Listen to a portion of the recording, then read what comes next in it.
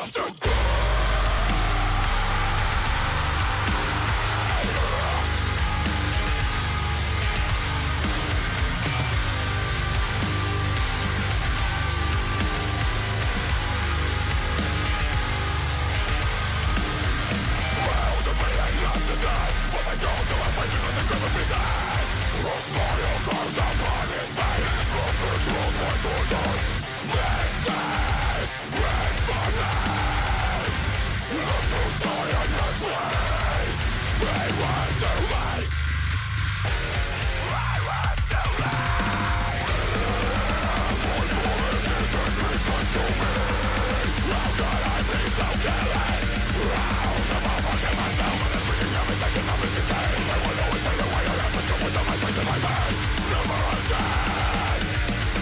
again.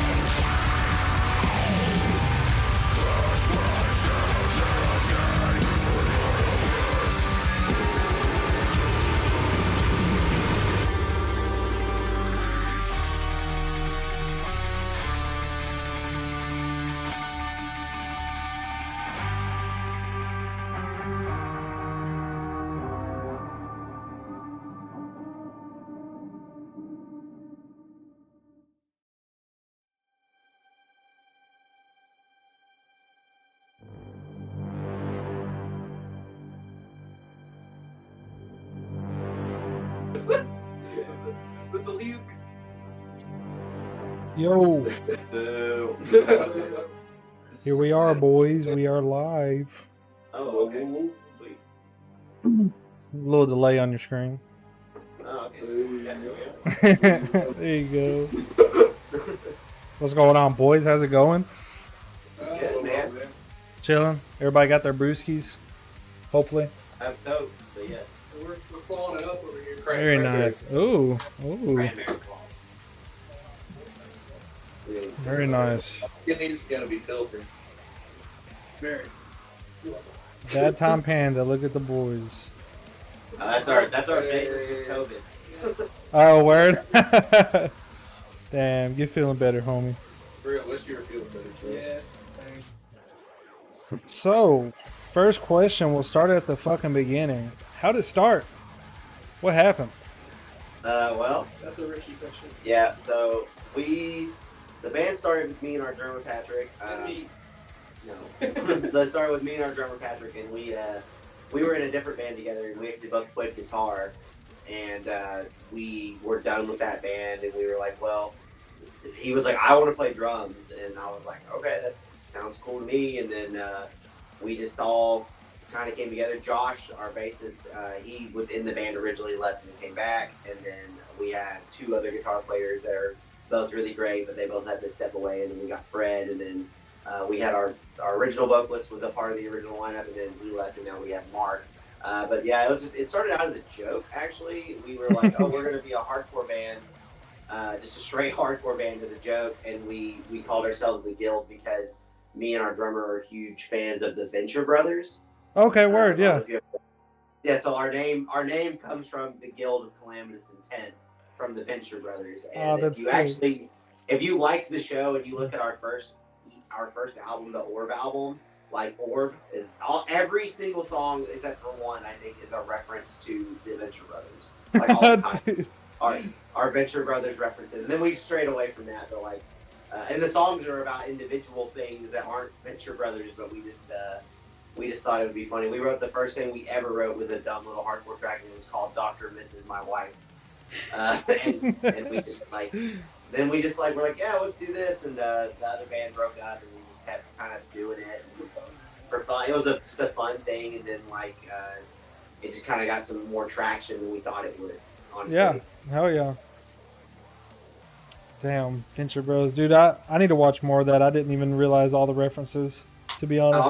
I'm a mad fan. It's only on the first like the Orb album is the only thing that we did that with. We kind of dropped not doing that. Yeah. No one else. I thought more people liked that show. And It was pretty popular. yeah, and like every time I mention it, people go, "I never watched that." I'm like, it's like the best show. Yeah. It depends on the age, dude. Some of the younger people, you know, like I'm 23, and I know a lot of people my age haven't fucking watched that. So Yeah. But also, we were like, we're dorks, so the guild works for that. yeah, no, for sure. We just ran with it. Have you guys ever had a big name change since you started this No, project?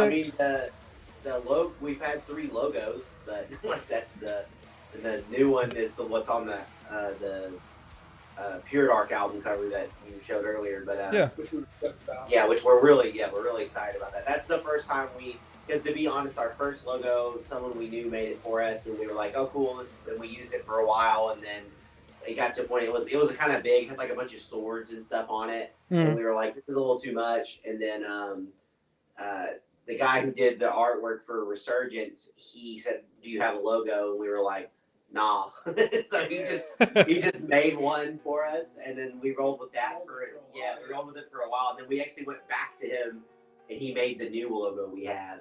His Mind Killer Inc. on Instagram. He's really great. Like we literally were like, we have to get a new logo made because we wanted to like kind of change some stuff. And we're like, we need to actually get a logo that we want, and we went to him like, hey, we love the thing you did, but like we want a new logo. And he like made that and that sigil symbol we have on the album art and stuff. He made all that for us. So yeah, that new logo is sick. It's a little bit more compact as well. It's easier to make put on whatever the fuck you're posting on Instagram. I loved the old logo too, but like honestly, what it was is we got tired of looking at flyers and being like, our logo looks like nothing like any other deathcore bands on this like flyer, which was cool, but also like, but also just like, oh yeah, people think that like we're not a death. Because we've always said we were a deathcore band, and we just get people who think that we're like a metalcore band and stuff, and we're like, nah, we're a deathcore band. So we kind of are like, we should probably market it a little better in that realm, I guess. Yeah, no, it fits for sure now. I dig the new logo for sure. That album art cover too, it's pretty badass. Yeah, that was a guy from Germany. It looks like a fucking German tower. Yeah, but he was really cool. We've had that for. We started working on this EP in like 2021, and we got the album art before we even started writing music. And then which was kind of cool because I feel like it kind of helped with the vision. Yeah, because we came with our whole way we write stuff is we kind of like, since Resurgence anyway, we've been like, oh, we want a theme, like an overall theme about like what the EP is about, and like Resurgence is about characters returning, you know, because all the songs are about like John Wick, the Lich King, and Jason Todd from Batman. Oh, word, yeah. It's about them returning, you know, from being dead or like whatever, or they're, you know, like they're coming back because they're forced to. I mean, that's the point. So yeah. then on the Pure Dark, we were just kind of like, you know, oh well, we want this to be about like otherworldly beings and like, you know, basically people doing really bad things, but they think it's justified that they're doing these bad things. So that's kind of like where that whole concept came. And then the guy, we actually found the guy on Reddit, I think, the Deathcore subreddit, and he was like, I make album art, and we were like, this is pretty cool. And then we were like, make us an album art, and he was like, yeah, and he made, I think, 6 or 7 versions of that album. Damn. He just kept bringing, like, we were like, this is great, we're happy with it. Here's another one. Bro was just bored. Yeah, well, he just like, it could be better. And then the poor guy, like I said, he did it in 2021, and when we finally posted a teaser, he was like, finally! Finally 2 years of hype. Yeah. Like, they've been waiting to post it for all this time. We're like, sorry, bro. We all. Yeah. We've all been waiting. I haven't been waiting that long. Yeah, Mark's not I haven't been waiting that long. But then the into the fold and kind of just pumped it all out. So yeah, you've only been, you know, rolling with it for a second, but we're happy you're here. yeah, God bless. It was a quick writing session. yeah, Surprisingly. it's true. But yeah, Back burner. Getting to see Mark's feet for free. Let's say, Let's I'm like, go. you gotta donate to this man for that. It's not free. donate. Yeah, I got the band's PayPal on there. Send him some fucking money, dude. Come on. This is free content. We are so lucky. We are so lucky for the feet. Hopefully. Also, anybody, let me know if this fucking audio needs to be louder or what. I think the music's okay. I don't want to be drowning out anybody out. How did you guys meet? So I met Patrick, the drummer of our band. I wish he was here. He's also like sick, but I wish he was here. Him and I met at Brandon Cagle, who's like that used to be in Whitechapel, and then the head like their sound guy, their tour manager sound guy now. But like he used to record bands back in the day, and I met him and the old vocalist of my old band when they were tracking demos for that band that I ended up being a part of, and we just became best friends. And that was in 2011 or 10. 10 or 11, yeah. So I mean that was that long ago, and I've been in a band with him ever since. So like we've just always been in a band together, and the dynamic duo. yeah. And then Fred, we met Fred. I've known you guys for a long. Yeah, he was 13 or 14. I think is when I first met you guys, but we got acquainted. Yeah. And then I think we became really good friends around 2016. Yeah. Maybe 15. When we were working together. Yeah, when we started working together, and then you were in that. He was also in another local band called Illustrious because he has a twin brother. They were in a band together. Okay. We played a lot of shows. Together, and then Josh was actually him and I were in. Josh was in a lot of local bands from my band before I met Patrick, and then he was in. We were in a pop-up band together at the time. When I was with A Body Divided, the other band before this, and then when this band, the Josh being in the band is the funniest story because I kept asking him to be in the band because he played drums in the pop-up band, and I kept saying, "Dude, be in my band, be in my band." And he played bass in other bands in the past, and then one day he kept telling me no. And then he was hanging out with me one day, he's plucking on my bass, and I'm like, "Dude, just be in my band." And he goes, "I don't want to play drums in a heavy band, so I want you to play bass." He goes, whoa, wait, bass? Bet. Okay, cool. And he joined the band like that, and then same thing with our old vocalist. We knew him like from other bands and stuff, and that's how that happened. Basically, everyone that was previously in the band was from playing in other bands or whatever. But then when people had to move on, Fred was like our first choice, like for another guitar player outlet. He was actually working with me one day, and I just looked at him and said, "You want to be in my band?" And he goes, Dude. "Yeah." I didn't even want to be in another band. I was so over being in bands at the time. And he goes, "You want to be in the band?" And I was like, "Let's go." Yeah. And then Mark is also in another band called Tozer, and they're really great. Fantastic. And we found him because our drummer Pat does recording work sometimes with Anchor Sound, who does our recording.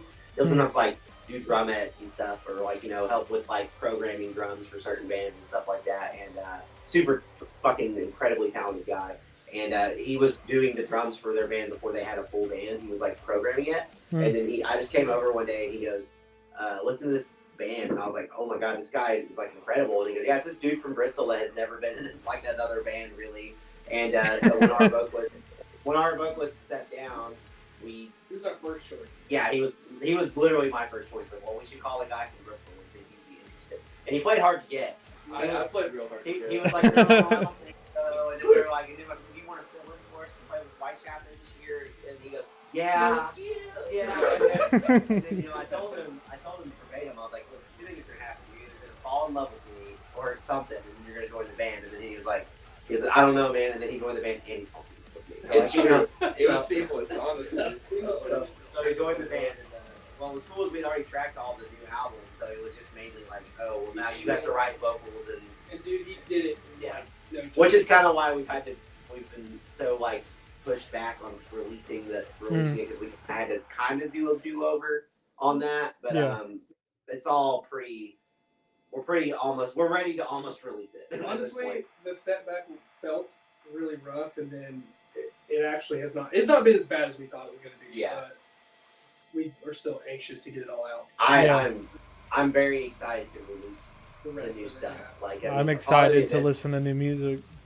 Yeah, thank you. It hits a different. I think it hits a different mark than what we've. Oh yeah. Than what we've.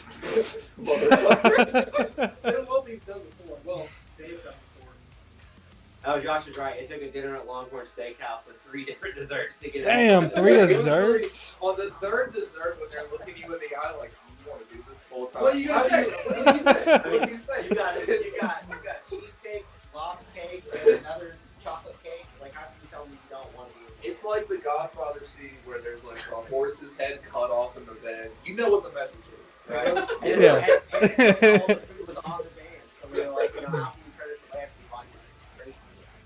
What did you get? You got pork chops, I think, or I something. got pork chops to the Longhorn Yeah, Steakhouse. I know. You got pork chops, bro? What It the was fuck? great decision. They fucking hit. They were delicious. I bet. Yeah. I'm sure they were, but you should have got that fucking Longhorn ribeye, bro. 3 fucking Alright, desserts. We're recording. We were on like a date night. You know what I mean? I'm not gonna go crazy. He wasn't official yet, you know what I mean? I got you. Let me get 2 New York strips. Yeah, let me get, yeah. How long have you been a vocalist for, dude?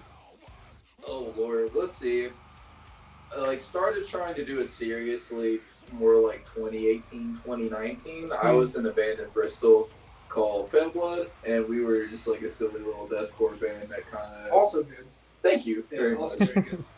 We just played a couple local shows. We were young as shit. We were just kind of figuring things out. And then, as it happens when you're in really smaller scenes, we had a member that had to go away and never found anybody because there's just nobody else. There's not a whole lot of people that do music like that out there. Yeah. And then I kind of wasn't doing anything for a little bit. And then we started working on the Poser stuff. And that was supposed to be just me and Brady, who I grew up with, best friend. Like, always been my musical homie. My always a Pat, person. it's his Patrick. Absolutely. Yeah, That's word. pretty much like genuinely the way I always think of it. It's like Richie and Pat's dynamic is a lot like me and Brady's dynamic. He's a lot more talented than me.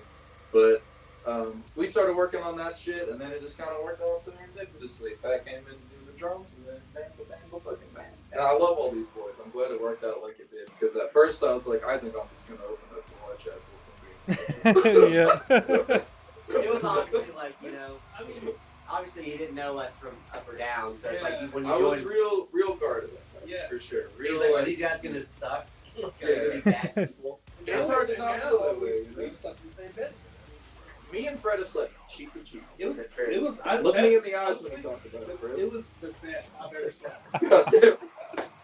They, I honestly, Mark being in the band is it's like it's honestly like you've been here. I'm not even saying this to boost your ego, but like it feels like I've known you for way longer than I have actually known you. Like, There's that Conor McGregor energy. yeah, exactly. It's the mohawk for sure. Yeah. It is. Now let me see the back. Does it turn into a rat tail in the back, or? Oh, baby, you get Let's go. That's what I was hoping to see. Yeah. The mullet mohawk. That's fucking crazy, bro. Man, I just rocked the shave head for so many years, and I think I would have looked like I'm 42 right now sitting on these couches. Thank God for the I feel you. You look like the kind of fucker to order 3 desserts at Longhorn for sure.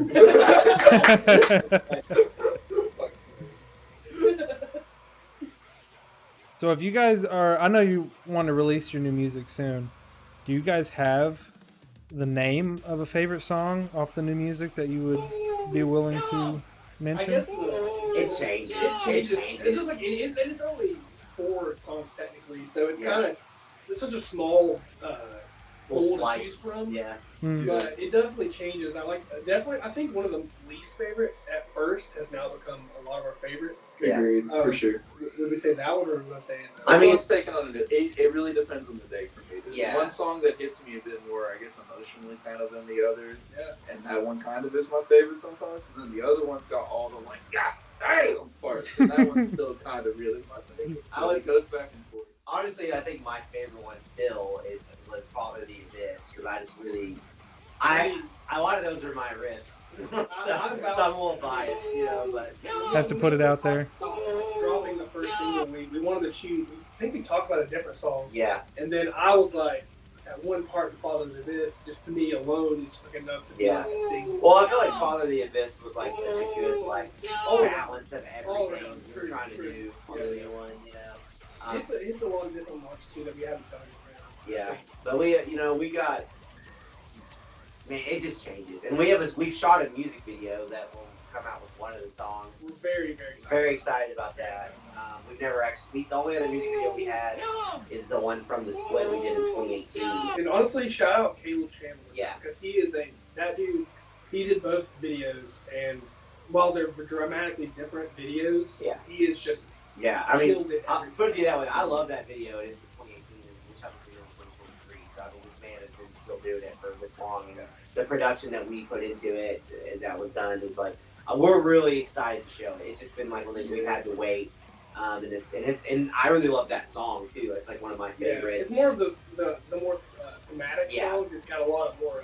More thematic. I definitely feel like if I can, I've said this to them, if I could describe what the new album is like for me, it's like you take, it's like the best parts of core hardcore parts that we've done, more death metal, but then like not too much like Lorna Shore, like like the more symphony, orchestral things. Like we've done those in the past, like with Air to the Serpent. So there's a lot more of that kind of stuff going on, but also not so much that it's like, oh, this is clearly like Lorna Shore. It's not like Lorna Shore. So a little bit more atmosphere, but not just built on top of the atmosphere. What's actually funny is when we started writing this was like right when Lorna Shore was about to pop off. Yeah. And we had plans to do a lot more of that stuff because we just me and Patrick were really big fans of Ovid's Withering at the time, and we were like, oh, I just want more of this stuff. And then when Lorna Shore popped off, we're like, we gotta reel it back in. It's like this. They did too much. Yeah, too much. So we like made it not,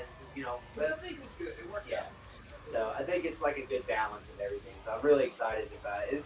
The whole we wrote the music this time.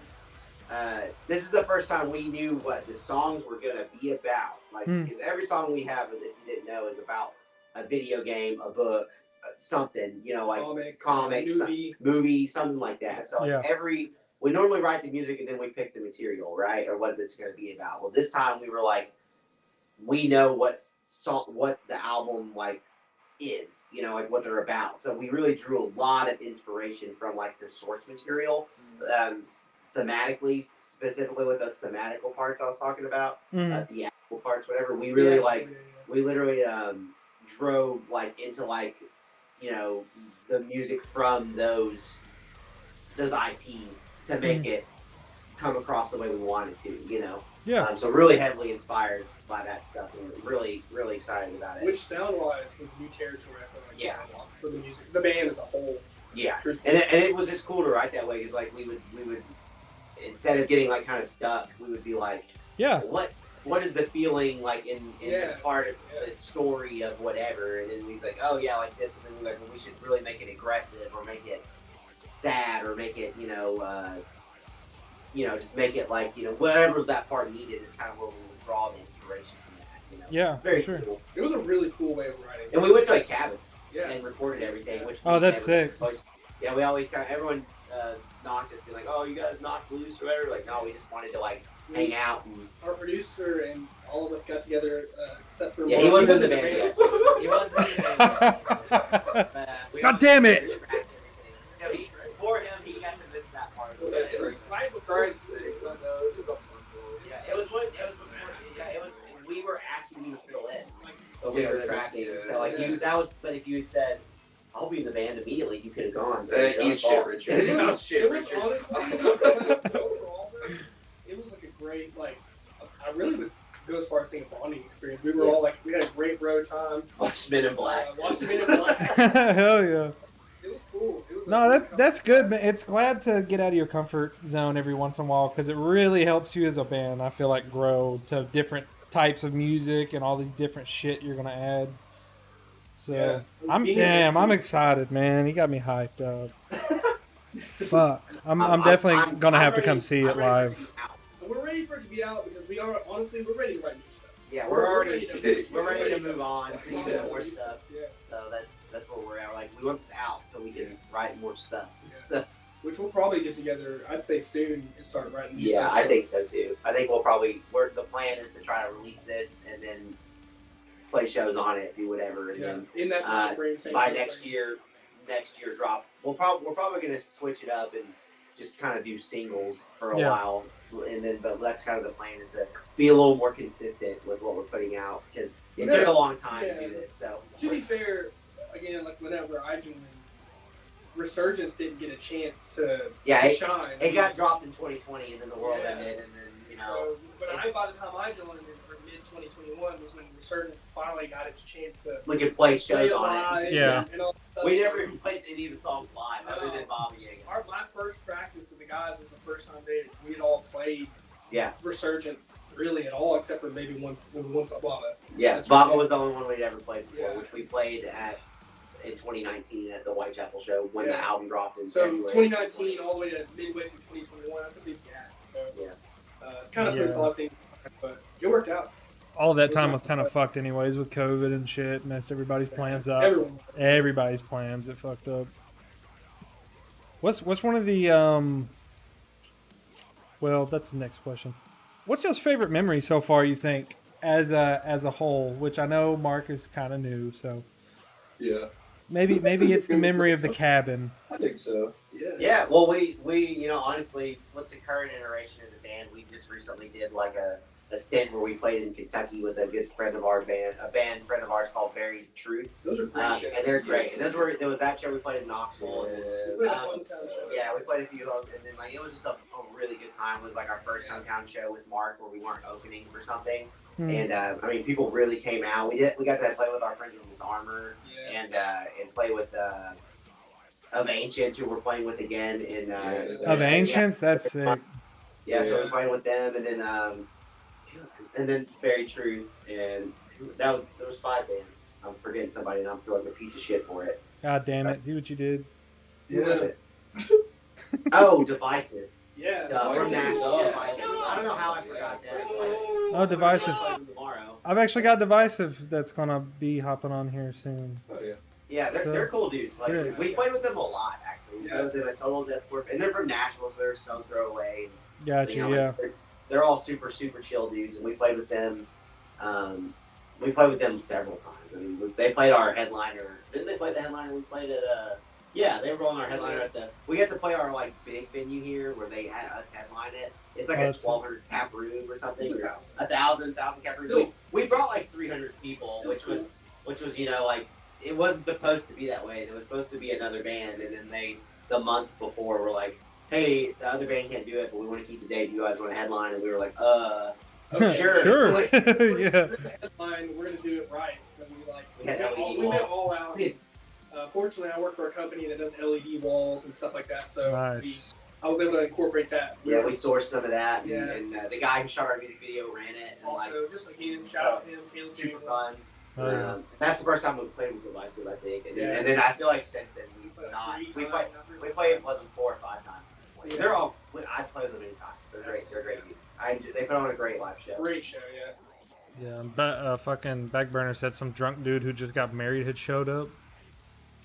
Yeah, Oh. that's Ethan. He's the drummer of his other band. Yeah. Oh, okay, word. He got fucking married. I went to their ceremony, whatever, to play that show, and they still came day of their wedding. That's Yeah, they showed up in the wedding dress, man. Yeah, they That's just showed up fully sick. decked out.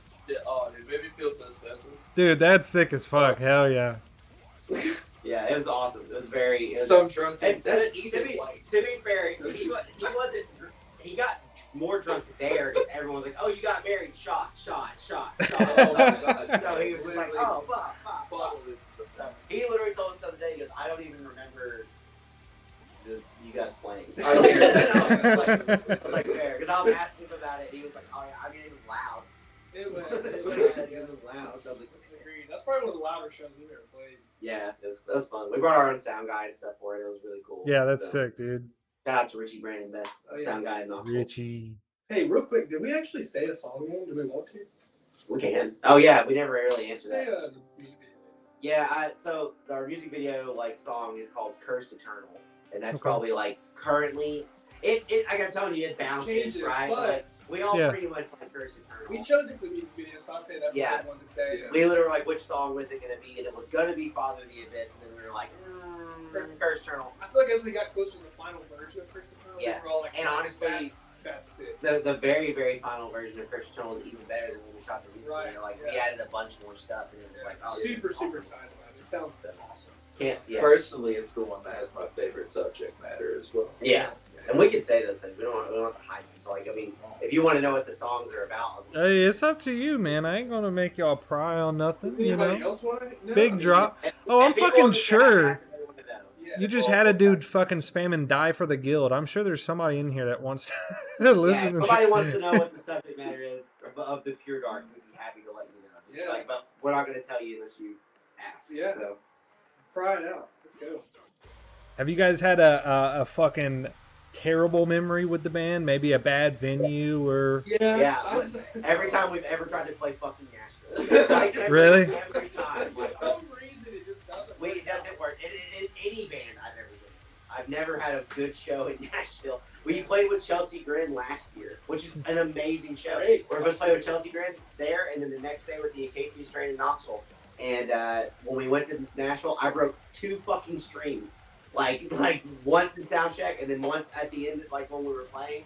And I have never broken strings live, but one other time. And it was like, I was like, I can't believe this is happening. There's 2 and 1 to go. And then we left our backtrack stuff like in Nashville, and we were supposed to play with the Acacia Strain the next day. So then we had to like source stuff locally, which shout out to Divisive because they brought us our stuff like the following weekend because they were playing here. What guys? They were playing there, we'll bring it, but they couldn't bring it that day, so we had to like makeshift our like tracks to be able to like, you know, for our drummer to have click and everything, and it was just a nightmare. And then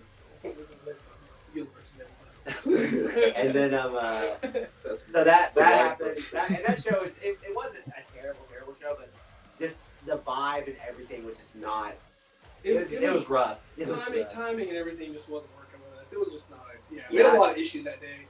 And currently now we're supposed to play tomorrow. Supposed to play tomorrow, and then half our members have COVID. Yeah, and so it's just, not their fault or anything, but it's just like we're cursed to play, and it's like we could not be playing a better show tomorrow in Nashville. If you're in Nashville and you're not going to that show at the end of tomorrow, you're an idiot. I mean, it's Destination, Hard Reset, Divisive, and it was supposed to be us.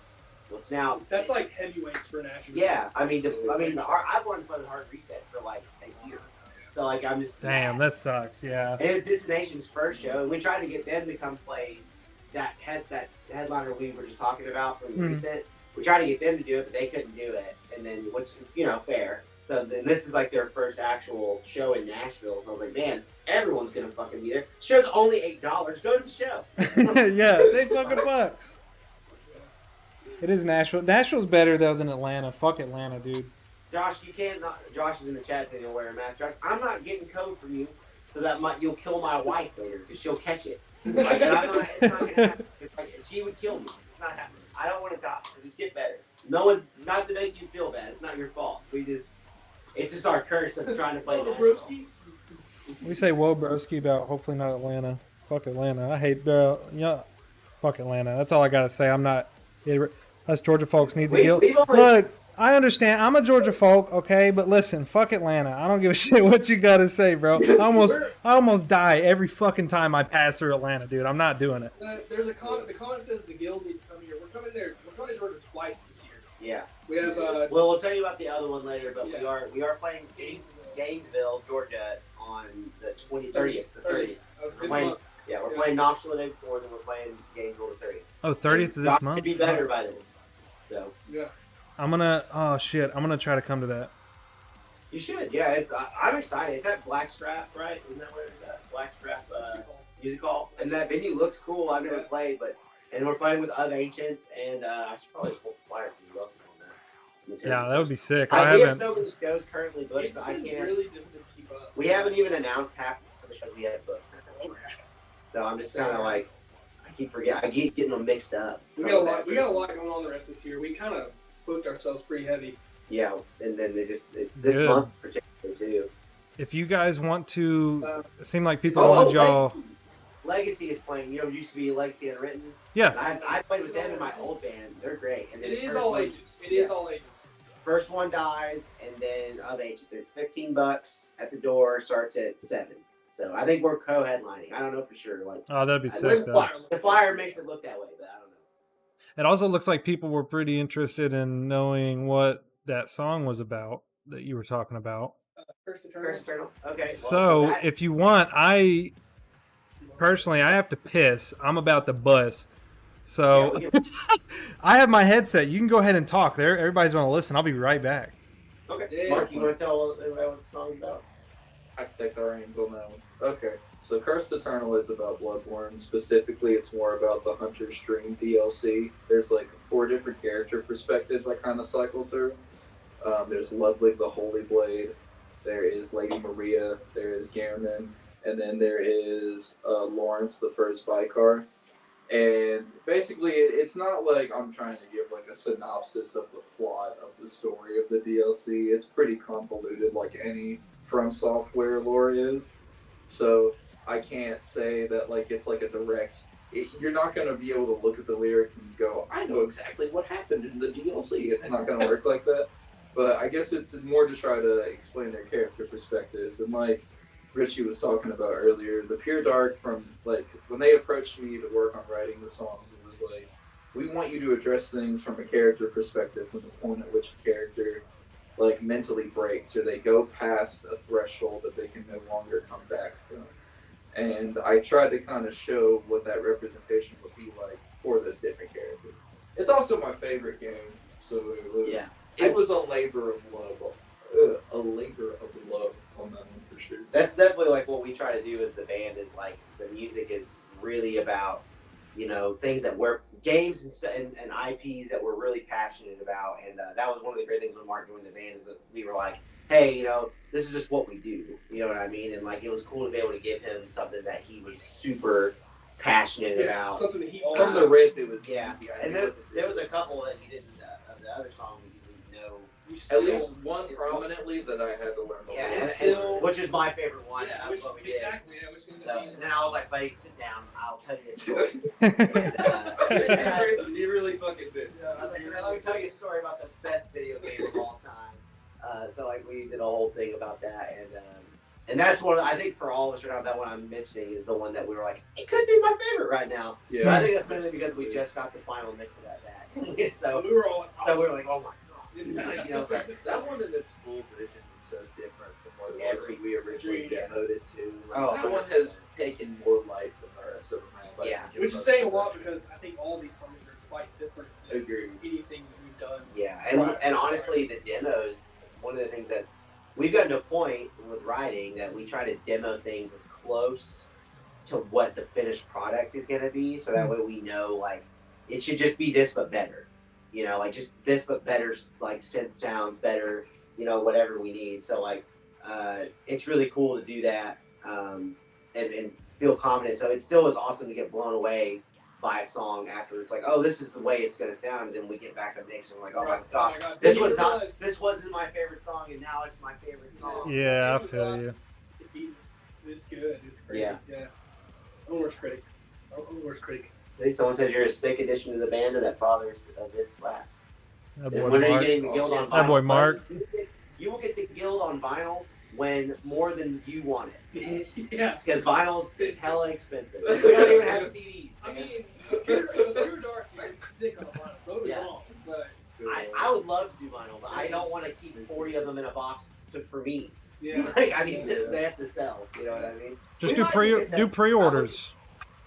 Do what? Do pre-orders. Already get the orders booked and then order the motherfuckers. Speaking of pre-orders, we have a pre-order open for a bunch of merch on our website right now. It ends at the end of the month, so I can, you know, we did like 2 full months, so that way people can book or rent or buy whatever they can buy it. But we've got freaking shorts on there, which honestly these shorts were these guys were the inspiration. So they're like this, they're like cloth shorts. And like I'm very excited about those. So like we have the cloth shorts, we got hats that are new hats are gonna be on there, a new shirt, a shirt that the guy who did the album art made for us. Oh, nice. Cool, and then the what else? The beanies and stickers and also if you buy the bundle, there's like a bundle we did, which we've never done, and no one has bought the bundle yet. I'm gonna be like honest.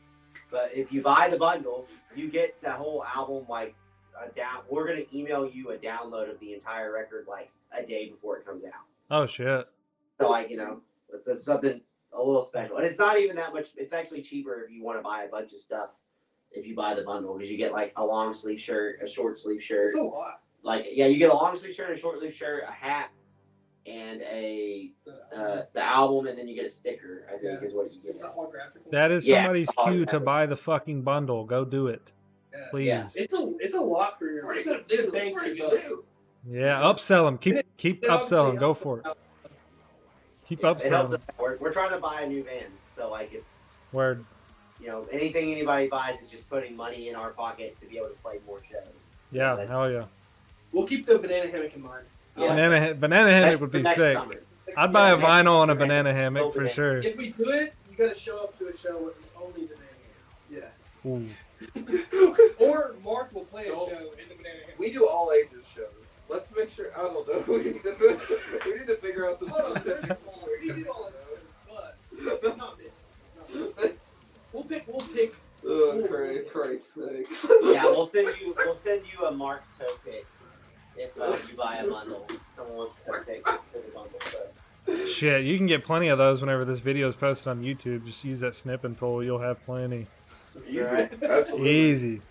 Listen, big toe, that's a special color, baby. That's an extra charge. Damn. Damn. Yeah. I guess we can move on in questions. What other questions? Nah, you're good, bro. That's what we're fucking around. I'm down for it. What's we talked about bad venues. What's your dream venue? Oh man, There's a couple, I'd say. I mean, I'd like to play Red Rocks. Yeah, I fucking knew. And somebody always says Red Rocks, bro. That Gojira performance there, I've watched that video a million times. Same. That's such a sick performance. My wife went when she visited Colorado, and she just went and bought us a Red Rocks hoodie, which actually I'm wearing it with all the videos of us tracking the music because I stole it. I'm like, I'm taking this because it was winter, and I was like, I'm taking this with me. And I was like, I've seen it in person. I've never been to a show there, and I've never played there, obviously. But like, I would love to play there. Just be able to look up and like, there are fucking mountains. I'm sure it sounds like dog shit because it's outside. And I would, if I had ears for it, I'd be down. That's probably it. Red Rocks is a good one. I'm trying to think of another thing. I always wanted to play the Palladium because, like, it's a no-brainer. Just every Acacia Strain live video, I feel like every band's done like a. It's not even that big, but it just looks awesome. Yeah. I feel like it's popular to see a lot of. I watch a lot of YouTube live performances, like the Foundry is a good one. There's one in Philadelphia. I'm thinking the Forum. No.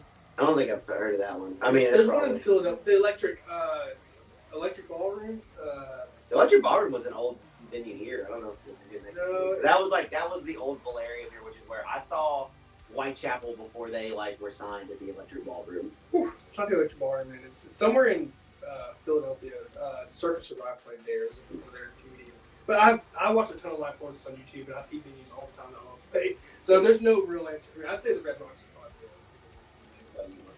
I don't have any interesting answer on that, quite frankly. I want to play Stonehenge. If we could play the Stonehenge Guild at Stonehenge? Holy shit. Please, Dr. the Guild at Stonehenge. I think you've made it. God damn. Yeah, I played. I don't think it's called Backbeat anymore, but I played Backbeat one time before, and it was super cool. Like really fun, like small stage, but just a really awesome room. I love that. Chain Reaction. Oh yeah. Chain Reaction all would be day, incredible, dude. yeah. I would love to play Chain Reaction. Please let me play Chain Reaction. Yeah. I want Whitechapel and Suicide Silence on it. Yeah. Because then everyone will be there. Spike. Spike. Yes. Yeah, that'd be great. That would be sick. We're happy to open that show. Yeah. Flaccid, you took my fucking question, you asshole. It's okay. Well, somebody you plan on a dream opening to play for? Josh said it. The Electric Oh, Factory. yeah, That's what I'm thinking of in Philadelphia, I think. So like Somebody you dream for opening our for. ultimate dream tour lineup would be, or our ultimate who we just want to open You can give whatever answer you'd like, honestly. for. Fred, you give yours. I have to think about it. Like as a person? Well, like our band, who would you want us to open up for? Like for a dream for you. Dude, for us? I mean, I guess you For you can't. personally, it doesn't have to be It doesn't have to be good for the band. Who do you want to open for? That's tough. Well, Spike would be a cool one. That would be sick. Honestly, the entire lineup on this upcoming European tour that Die Art's doing would be a dream lineup. I feel like. Yeah. That's Die Art. Whitechapel, Spike, Different Autopsy, and then like us. That would be like. That is a pretty beefy lineup, I'm not gonna lie. That It's would pretty be- insane. I would That would be a good one. I don't know if N stands would love us, but that would be fun. I would love to play with them, but I don't know if they would love. I don't know if their fans would like us. Maybe. Yeah, well, you never know. What about you? I mean, honestly, if I think about what singular band would mean most to me to open up for, it is genuinely Whitechapel, and I got to do that. Yeah, you're gonna get to do it again. And thank God, you know, like That's cool. it is truly the most singular, influential, heavy band, even really that I could think of that made me want to do this shit. Getting to open for them. Man, it would be terrible for us, but like not terrible. It probably wouldn't be terrible for us, but if I had a choice. That would be like my favorite band that I would root for would probably be the Black Dog.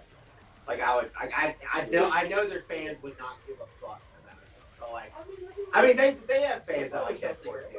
Yeah, but it is also just like they're the gods of death core metal. You know, more death metal than core, but like man, the Nocturnal album changed my whole perspective on life. When it came out when I was like 17, 16, and I was just like. This is it. This is what I want to do, and I don't do that because I'm not that good. But they are fucking great. I mean, but it was like a dream tour for us. Obviously, like I want Knock Loose to headline because they're just crazy right now, and they put on one of the best fucking shows. Amazing, good. So like Knock Loose, maybe the Acacia Strain, Fit for an Autopsy. Whitechapel, which I mean, I don't know who would headline this. I mean, this is like, it'd be crazy. Yeah, I don't know. I guess on a more general level of like, I guess overall the dream. I mean, obviously to make a living off of it would be kind of cool. Yeah, Just, for sure. Just not have to. I mean, we all like to open for Metallica. Yeah. Yeah. It may not be a fun. Dude, I'd like to open for Tyler the Creator. I'd like to play a show with Death. But like that shit's insane. I think that would work. I really think that would work. I think. Well, you know that Knock Loose did that tour with Suicide Boys a few years ago. And that was Which that's insane. It was pop rock. Yeah, that's insane. Suicide Boys Knock Loose. Jesus. Traders would be cool. Whoever said Traders, that would. Josh said that. That was Josh. No, Josh's answer was would be Traders. That's not Josh. That's Bat something. Oh, Josh's Bad Time Panda. I don't know. Okay. Whoever Bat something. That's Bat Daddy, man. Get the name. Yeah. But yeah, Traders is sick too. I mean, I would be down to play like with them. They're super great. I really got into. Josh just slipped up on the course like a social. Wait, oh yeah, I mean, God, Slipknot would be cool. Dude, yeah. Yep. You already know. That would be cool. And he said Counterparts. Counterparts is sick. Yeah.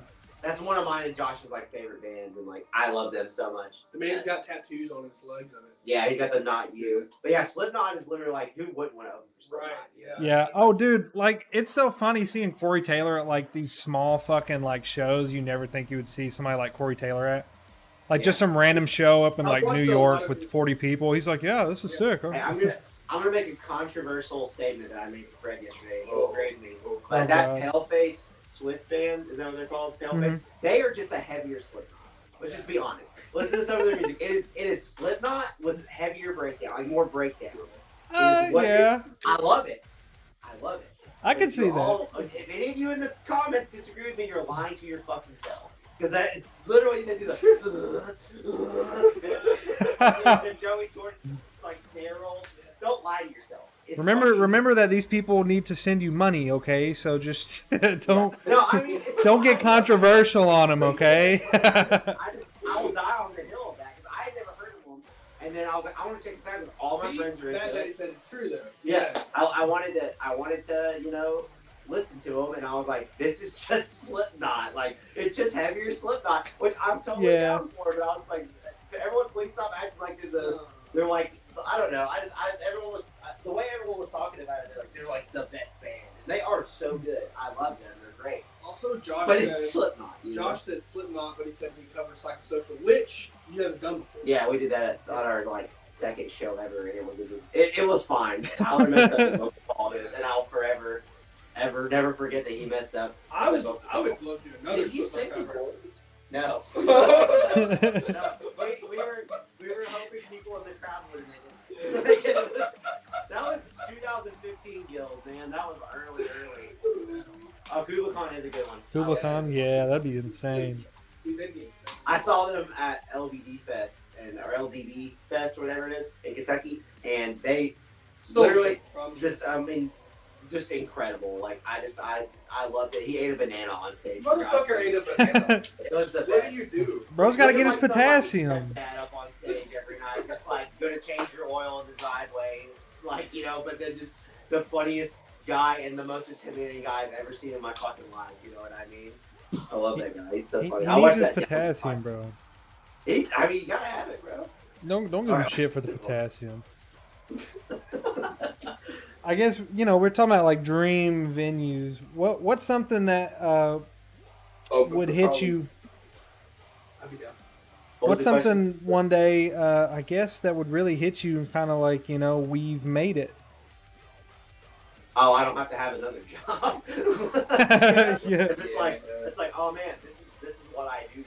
That's when I'll be like, I've made it. But I mean, even if we got offered great tours tomorrow, and obviously we couldn't all quit our jobs, we'd have to like work around doing both, which is totally fine. And we're all willing to do, obviously. But like, because if we all know if tomorrow, we got a call like, hey, you guys are gonna open for Lamb of God for 30 days. It's like, cool. I'm quitting my job tomorrow. I'm checking out Alone on a Better Van, and we're on our way. We'll do what it takes. But like, it would for me, it would have to be, I make enough money. Like, and I don't need a lot of money to be super comfortable, but like, it's like I'd have to be where like, oh, I can pay all my bills and not starve. I've made it. Pretty much, Yeah. Well, if I take care of the things in my life I need to take care of and play music. Honestly, on a personal note, it'll be whenever I get a custom guitar. Like when I get an endorsed custom guitar, I'll be like, I ascended. Shout out Arvidas, shout out Balancon. When I get some individual private vocal lessons, I fucking made it. When you have what is that thing everybody uses to sell like guest spots? Oh yeah. Like that's When you can that, when I have that, when you can make the CJ post from the Ireland that says, hey, I have time to do guest vocals, but my rate is really high. Yeah. Literally in his post. Yeah. That's when you made it. It's like, I've got time to be on your track, but Mark gives me vocal lessons every show, so I'm doing all right. I just Your friend does vocals too. Mark gives me vocal lessons. He does a lot of vocals on the new record. He never did that. We didn't have that before, so like in Father of the Abyss specifically, if y'all didn't know, that like kind of that part's like like the like chordy straight through part, and it's like that clairvoyance, and it's like highs and lows, highs. Untethered by That's Fred so Hammond. weakness, so Yeah, that. But you can see it live. You want to see it live? You see it live. Yeah, That's I cool. would- That's something yeah. we've never been able to do. Which I'm excited to explore more on new stuff. Yeah. Whatever we do next. We I kind think of there's touched only on it. one song on this project that you know about. Sorry, I distracted you. No, that's right. I mean, that's right. It's small parts now, but for the CP. But I'm excited for us to kind of sit together more. Well, we're not rushing to get vocals written to put out an album, and we're actually writing songs and can work more on the vocals. We're working on like really fine tuning that, and I'm excited. I'm excited for it too. It's cool stuff to do live as well. It's awesome when they get to freaking layer Yeah. together live. I like that blows my mind. Like we have a live video of you all layering Air to the Serpent, and it's still like the heaviest thing ever. I'm like, that looks so cool. Yeah, So no, it's whoever- badass. Whoever gave the last comment. Shout out, never forget Illustrious Body Divided, Distance from Home, Poser, and Paleface. Hell blood. Yeah, that Blood, fucking yeah. Amen. Yell shit. Along with They heard me talking shit about Paleface, Yeah. which I wasn't. Yeah. They're good. They're good. I see Heavily witness. influenced- Long live the heavily influenced guild. Slipknot man from Swiss. Jeez. From Swiss. What was the question? We got diverted. Yeah. No, you're good, dude. The next one I got is actually, I was curious. You talking about work? What do you guys do outside of the music, man? I know you guys play video games. Clearly, Yeah. Like, Some of I mean, it's funny because I feel a little bit like a poser, no pun intended, because I play video games, but I'm so slow with video games. Like it takes me like a year to beat a game because I'm just so. He plays a lot of Final Fantasy. He's in love it for the long haul. I'm in it for ah, so you're a freak. Okay. I'm a free. Yeah, yeah. But she's 1,000 years old. To answer your question, I don't even know how to explain what I do. Richie used to work with me, but we do live event production. So it's not like every time I say that, people are like, oh, so you do concerts and stuff. It's like, nah, not really. I do like corporate events, conferences, like audio, video, staging, like this, all that stuff. The real fun stuff. It's a brutal industry. I work in the warehouse side of things, so I'm like making sure it all's good to go out and all that stuff. So nothing too exciting, but it's cool. I used to work there, but got laid off in the pandemic. Cause I was on the road a lot there, but then obviously when that happened, I didn't get fired, but I got laid off, and I could have came back, but I didn't. For the last few years, I owned a party rental company, which I closed last month, and I sold because my wife also owns a business called the Skin Cleric Spa and stuff. So if you're in, I've been serviced. Yeah, if you're in Knoxville and you want to get a really good, like, my wife is literally her whole thing is waxing wizard skin healer. She's like magic when it comes to like any of the esthetician stuff. She's been doing for like 10 Shout out years. Castle. Yeah. It's great stuff. And she's also in a sick band called DYI. That's really called Do Yourself In, and then she plays bass. She's really good. So, but Sick. she owns that business, so we decided to close mine and focus on that. And so currently, I am kind of unemployed, but I'm hoping to hear back from a place. I have a part-time job like at a furniture store right now, but like it's not a permanent deal. But I'm looking for I've got some lures out, but we'll see. You catch some. Yeah, there's something to be able to like, pay the bills, but be able to do this more. It's kind of the goal that I'm trying to shift to is to be able to do this more full time. Yeah. It's hard though. It's a hard balance, dude. Shit's so expensive. I mean, we're definitely upping the ante. Our goal is like last year we only played, I think, like 9 shows for the whole year, which was like our first shows back from COVID and whatever. So this year we're gonna hit like 20 shows. Damn. Like the goal is to the year after do like 40 shows, and then the year, and then hopefully by then we can start doing like actual tours and stuff. That are more like going out with people, not just like playing in our region. That's what we're trying to do right now, is play in our region as much as we possibly can. So if you are a promoter and you want to book us, we're trying to play. Well, hey, I got a venue in Destin, Florida that would want you guys to play. That'd be cool. We're playing some Florida dates this year, and we'll talk about those later. But so I love Destin. My sister lives over there, so we did play there. We just crashed at my sister's house. Here we go. I'm like, hey, I got 5 sweaty dudes. We're gonna get your shower thing. Well, Mark, where do you work? Tell them about your job. What do I do outside of the band? Drugs. Let's go, yeah. I'll give a round of applause. No, I work at a factory. There's nothing special to say about it. Pays the bills. I play with my cat. I see my girlfriend. She's still in the chat. Also, I got pissed. I'm really sorry. I got pissed. I'll be right back. Go piss, dude. He's living the same fucking life I am, dude. I fuck with my cat. I got my girl. She's in here. That's about it. Yeah, she's in here still. Mark is a professional speaker. Yes, he is. True. Absolutely true. Yeah. Someone asked what our favorite song to play live is. I'm gonna have to say I think Lord of Hunger might be like. That's an old one, dude. It's older, but for some reason, every time I play that song, it's like. It is fun. It's muscle memory for me at this point, and the parts are cool. It's heavy in parts. Man, I don't. If I have it depends, man. Like, so here's a real deal, right? Aaron the Serpent, for the longest time, has been my least favorite song to play live. Okay. Because I feel like it just doesn't hit. Like, people just like, it's because they're watching, they're not reacting. Right. I don't like that, which I know that's kind of the kind of song it is, right? Yeah. But like, we played it in Kentucky, and people were popping off. The reaction and I was like, this is not how this normally goes. And I was like, no, because I normally, I'm like, cut it from the set. I don't want to play the song. No one's going to care.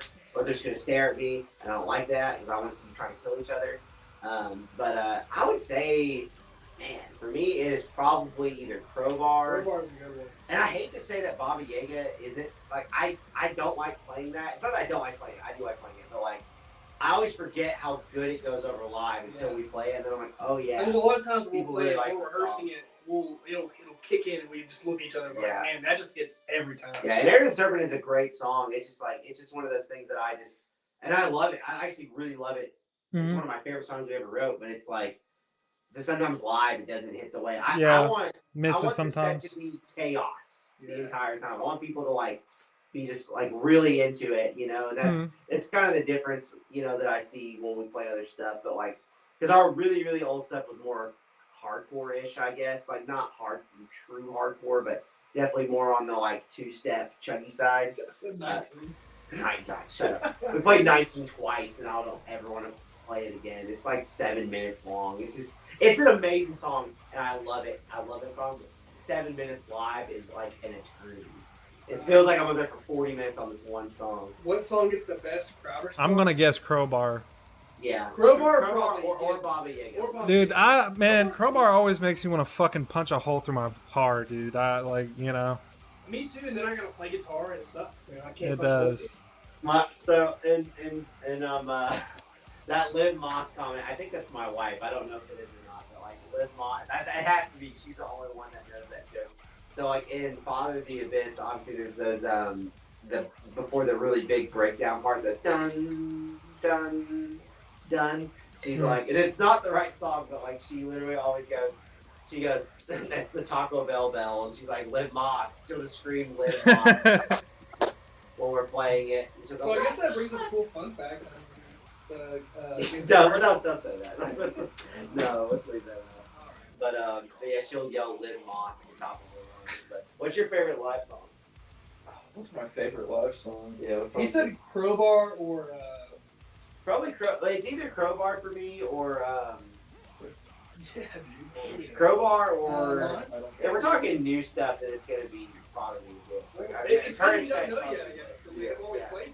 Oh no, that's not true. We played Father of the Abyss and the new Surrender Moon. Yeah. Yeah, that's true. I forgot that. So yeah, I guess if you're asking me, I'm gonna be. I can't help it. I'm gonna be biased towards the new stuff and say Father of the Abyss. Of the older ones, probably Snow. Honestly, Overtime Snow has like really. That's cool. That's just a great fucking song, and it always gets a good reaction. So whenever it's fun to do, it tests my vocal range. Yeah, whenever I can go crazy on they that song. dropped. So I wasn't in the band when they dropped that stuff, and so whenever they dropped Snow and Lord of Hunger, Snow was like, dude, that song was so hard for me. I was so stoked for it. And then I guess it's funny how it changes because as I've been in the band and I played them live, Lord of Hunger has absolutely grown on me. Like Lord of Hunger live is fun as so fuck hard every single time. Snow is Every fast. single It's time. got the riffs. It's got Because I added that phaser effect, right? That's why you guys It's do the phaser. It's the phaser. Lord of Hunger has shifted for me. It's like definitely one of I think of the two pretty similarly, I guess, and I think I have. I just been playing I think that song. Oh, that's a good question. Which is the better Batman song, Crowbar or Crucible? I'm Crowbar. Crucible goes over live extremely well, though. We don't really play that anymore, but yeah, it's like. Thank you, Pearl. It's early. That's like the second song we ever put out. Was that song? It's a good song, but I would rather play Crowbar. Yeah. Death Touch said Omni Crisis is also disgusting, which it is. We I played fucking that. love The Omni last time we Crisis. played that live was our headliner at the conference thing. Yep. And it went over well too. It went over well too. That song's great. Well, obviously you can look at our Spotify and we like the one you're playing, whatever you're playing right now. That's but we re-recorded like 3 songs from that, and we did it just to like throw it on there. What? You laughing at?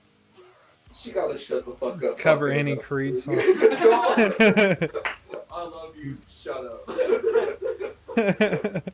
Well,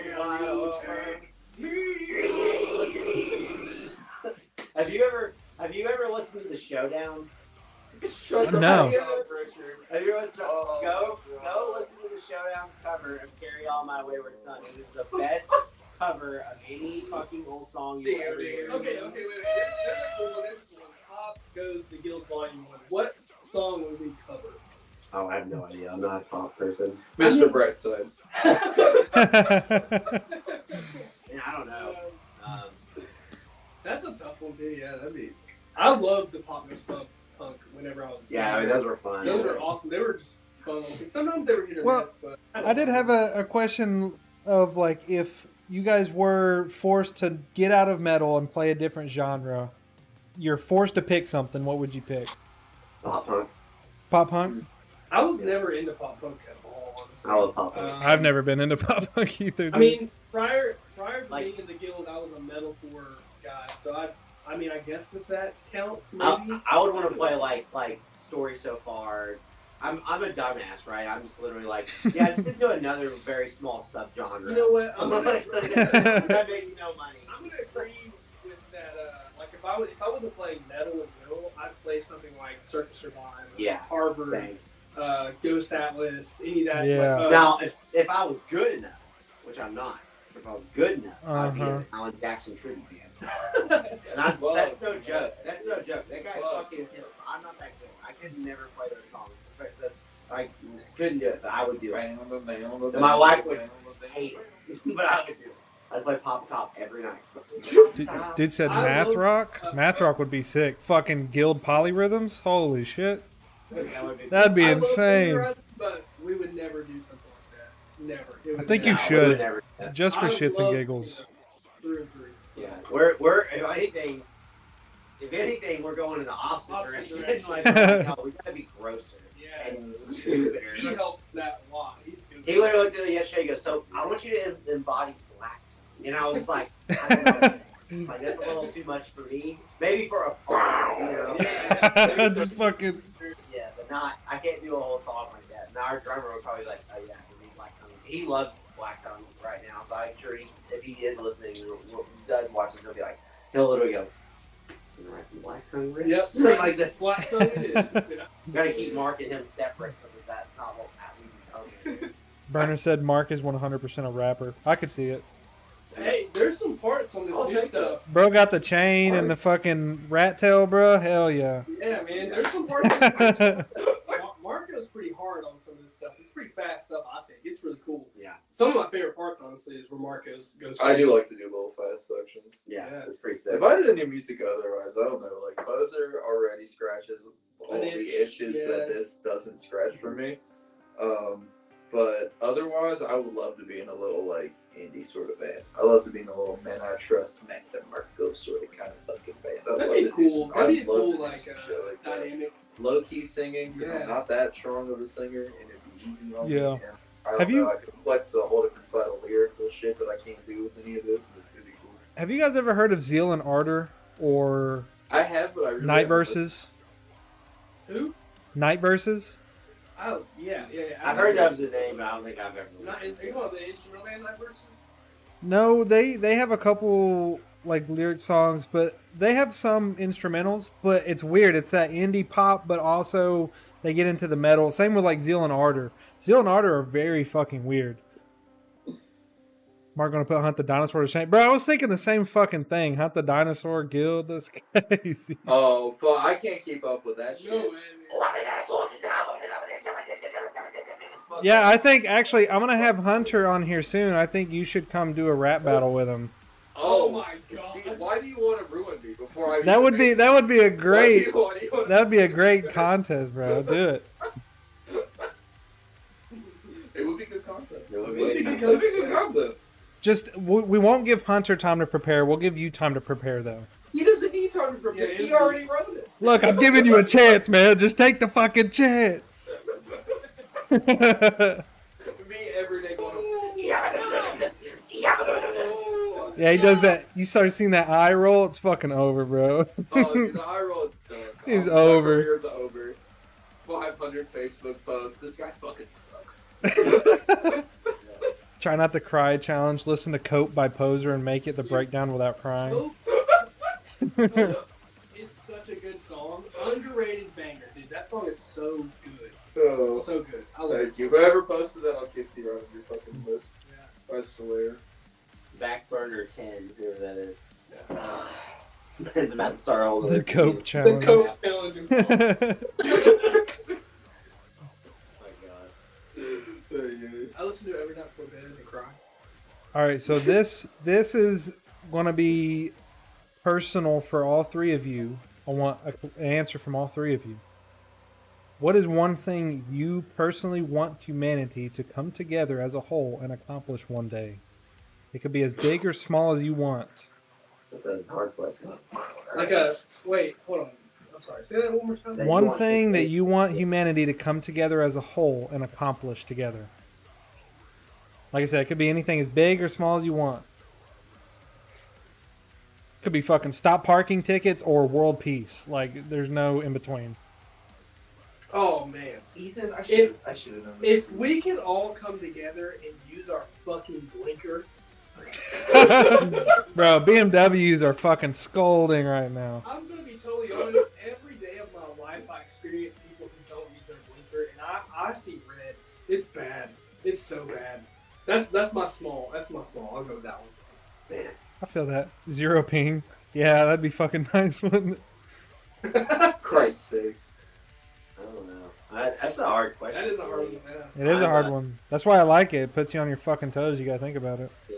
Well, it's like, do I want to give a real serious answer or do I want to? Dude, I mean, you should have seen the fucking stream that I had the other night. Motherfucker was diving into the world. So I mean, there's a lot wrong with the world, obviously. whatever you want, bro. Like I said, big or small as you want. I do not give a shit.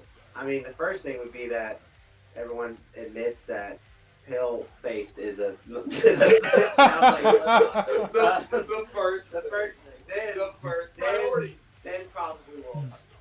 But you know, I mean, that's a shitty answer. But like, I mean, there's a lot. I mean, it's hard to get real into that because like, there's so many like small things wrong with just our country alone, like our single country that can be fixed. And I don't like to get political about like stuff involved when I'm in with the band because it's not, you know, That's not what we're about. that's not what we're about. I mean, we definitely take stances on specific things, like you know, obviously like like women's rights, you know, trans rights, all those things. There's things we take a stance on. Like, yeah, this is it. But like, I mean, really, that's probably my main thing is just like let people be people, and True. it doesn't fucking if you are not being hurt by the choices of someone else, like actually hurt, not just hurt in your pride or your beliefs or whatever, Let it and be. then just move the fuck on. Yeah. Let Like, everybody we all enjoy need to let everyone enjoy this one life that we get. We get one Mhm. life, and we should all just be able to enjoy it. As long as you're not doing harm to someone else, or you know whatever, it shouldn't fucking matter. Like imagine just derailing someone's life because because you don't agree with what like, Yeah. how terrible. as long, like you don't agree with the life choice they made. That's their choice, and it's like, or just because of the way they were born or something. It's like, you know, just get the fuck over it. Yeah. You know, that's my whole thing. Is like we should all come together because we're all people. Yeah. You know what Yep. I mean? Good answer. I like that answer. So that's it for me, probably. Free guild toe picks. Yep. I can fucking second that one. On the road. That's it, man. I don't like bicycles on the road either. That's a real thing. Only because bicycles pretend like they are real vehicles, and it's like, bro, you're not a real vehicle. Like, please Yeah. Fucking get over there, get out of the way. What's your answer, Mother? Let's see my answer to that.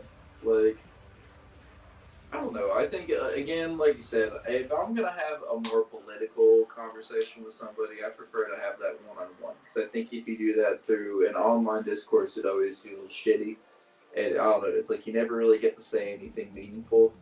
And I also don't want the band's, you know, I don't want my politics to shape the band's politics because I have a lot of strong feelings with that. For sure. But maybe I'm thinking too pretentiously about it. But you asked me a deeper question, so I'm gonna think about it. Like, I would like a society that is geared towards self-actualization. So that's like a psychological concept of you're getting to use your full ability to try to achieve like flow states and using yourself in the most creative and artistic sort of fashion. And like that's what society would be engineered towards, propelling you towards. Like, and the focus on achieving that would be like you overcome individual needs. So like you don't have to really worry about like food and shelter and all like the basic shit that humans just need to survive. Like basically we could live an existence that's past those base human needs. That would be rad. That'd be real cool. I I like think that answer too. it'd be pretty cool. Give people basic human necessities and let them fucking live. Yeah. What if we could actually just for real sincerely live? Like what if human development wasn't worried about primarily focused on just surviving? You know? Or That would be pretty sick. That would be pretty That's a rad. pretty good. I like that answer.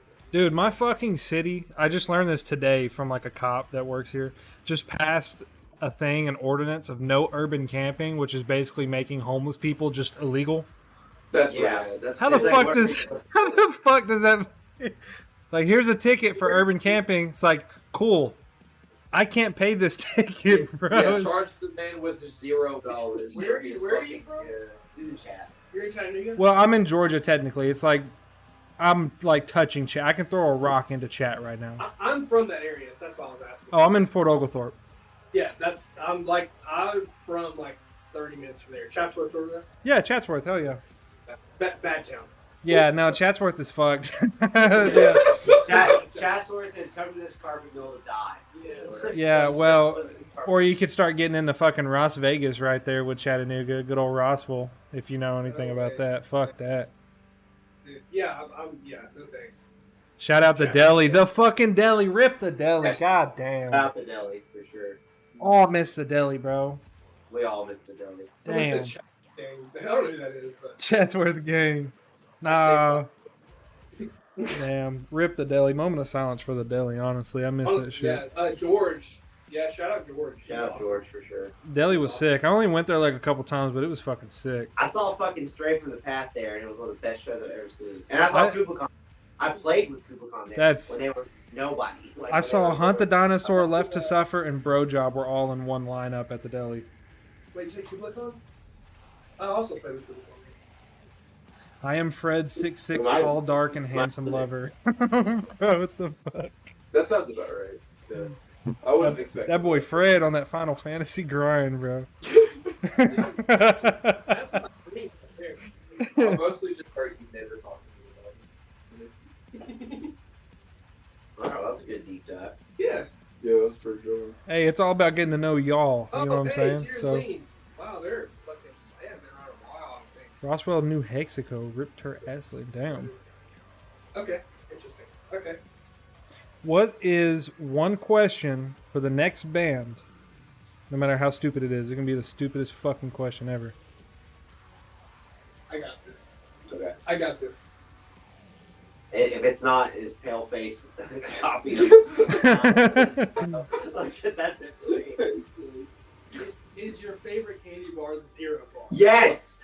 Yes! Is your what What is your now? opinion on the Zero Bar? Yeah, The true reason we're on this fucking podcast. Ask them how they feel about the Zero Bar. It's a reverse Snickers. Terrible branding. Don't Have steal my line. have you ever actually even ate a Zero Bar? No, I've not even fucking heard of a Zero Bar, dude. What the fuck is that? Google it. Google a Zero I Bar. am. I'm looking that up right now. It looks like a mint chocolate like piece of shit candy bar, but it's incredible. It's not that. It's a great candy bar. It's Ew. basically a white chocolate Snickers. Yeah, this is the way you phrase the question. Here's how you phrase them the questions. I asked the entire band this question. This is how we got on the Zero Bar bullshit in the first place. It's you walk in. It's the end of the world. It's the apocalypse. And you're walking into a gas station looking for something to eat, and there's only one candy bar on the shelf. What candy bar is it? And everyone will say a Zero Bar. Because no one buys it. And then you say, have you fucking ever ate it? Because they're crazy. Because they're fucking wrong. We bought 4 king-size Zero Bars just so that everyone in the band could try it. And it was like, and no one in the band was like, this is bad. Everyone was like, wow, this is actually fucking tight. So It was really good. open your fucking mind. Richard came to practice one day and bought us all one. Yeah. And we all tried it, and I was like, wow, I cannot believe I've never had this before. She's goddamn right. Marcus loves a Zero Bar. You did. He They was were the not main engaging I'm in trying the to- Zero Bar We discourse were before not, I was yeah. here. He came in Okay, the bowl. I'm sorry, but I need to put my fucking foot No, down. it was you. It was Y'all need to eat a goddamn Zero Bar, okay? Oh, that's not bad. I'm trying to get a fucking picture of a Zero Bar here. Candy bar, I will fuck you up. I'm trying to save a picture so I can put it on the fucking screen because it looks disgusting. Ugliest candy bar. You have to try. You have to seriously promise me that you will try a Zero Bar the next time you go. Because you'll look at it and you'll be like, this looks like it's a terrible branding. What's up, John? Branding. I think the branding's cool. No, it not. looks I like bet. It's no, bad it branding. looks It like looks like a Diet Coke. it looks like a dog turd that's been sitting in the yard until it turned white. No, it's a great candy bar. It really is. Like literally, if they were to just change the wrapper to look like Zero from fucking Mega Man, then people would buy it. That's true. But it's literally because it looks like a fucking Diet Coke can, and everyone's like, oh, that's clearly mint. You look at that and you think candy, you think silver makes you think like mint, peppermint patties. and that's why. Like, yeah, it looks like a York peppermint patty, and no one wants fucking a York peppermint patty. I love a York pepper. Not all the time, patty. no. You guys It's are not crazy. crazy. No. I'm not a fan of that. But Zero Bar. There's no way there are Mountain Dew hot dogs, bro. Dude, you won't. That sounds awful. What the fuck? Zero bars are great. Call the fuck out. I don't. Alright, Try a zero bar. Don't Don't Don't There be was a an sheep. actual question there. I'm don't sorry, we be a got sheep. buried The in question shit. was what? Yeah, What to yeah, ask next yeah, man. yeah. Don't forget. Ask the next man. Say what's the candy bar that Yeah, you would what do not? Last candy bar you would see in a gas station, it's the end of the world. What's the last candy bar you're taking? Yeah. And they're gonna Last say candy bar. Okay. I'm telling you, it's a great question. And then when they say a zero bar, say, have you ever had one? And they'll say, yeah, a long time ago, which means they didn't. Which means they're a fucking liar. Yeah. Like, try one. It's good. That I'm is- sorry to steal your thunder, Marcus, but I'll die on this. No, Yeah, I'm the one brought it up. I'm glad that you guys respected Zero Bar. I'm glad that I brought that change. I just want to take credit for it. Yeah, that's all him. It wasn't me. I just want to take credit. Shit, I'm just The trying to whole get a thing picture started of is these I was asking- fucking hot everyone dogs, was saying dude. Zero bar was their answer, and then I asked you, and you didn't say a zero bar. I think you said like a Mounds bar or something. I can't remember what you said. Hey, Mounds are then good. But I hate it, man. Yeah, and then I- Probably right. And then I said, well, everyone says zero bar. And you're like, zero bar is great. And then you talked me into like, you gave me the speech about how good it was. And I was like, well, I'm going to go get one. And I got one. I was like, God damn, this man's the truth. Like, It's a I'm great. reverse Snickers. It's a reverse It's a reverse Snickers. I'll have to get one now. I work at a fucking Walmart, so I should be able to find a zero bar, hopefully. Yeah, they'll have it. They'll have it. Because I've never fucking seen one, and I am probably going to. Well, I don't. It's because you don't pay attention to it. It's like you don't think to look at it. It's literally the worst marketing that whoever puts that out. I don't know if it's Hershey's or who, but it's the worst marketing. Like, make it look like a fucking Gundam or something. Like, don't make it look like. I don't know. Just don't make it. You don't make it look like that. It doesn't look like it tastes, and that's the truth. Honestly, if the guild if we could be endorsed by Zero Bar, we would. I would. I want a Zero Bar fucking endorsement, and I also want to sell grilled cheeses and call it the grilled cheese. Bro said Baja Glizzy. Code Red Glizzy. Jesus Christ. Baja Glizzy. Tell Josh he's a hell of a band. That's Green French. guitars. I like that one. Yeah, Dream Guitars. That's a good one. Oh, okay, that's a good one. It's kind of hard because I'm you know. I'm Yeah, playing get it, I'm get it. playing Get a in there. Prestige right now. I'm Oh, in okay. Prestige. Honestly, I can't complain. That thing is my dream guitar. If it wasn't Ibanez though, two picks. It'd either be a custom Gallagher. Obviously, that's cool. I think that's cool.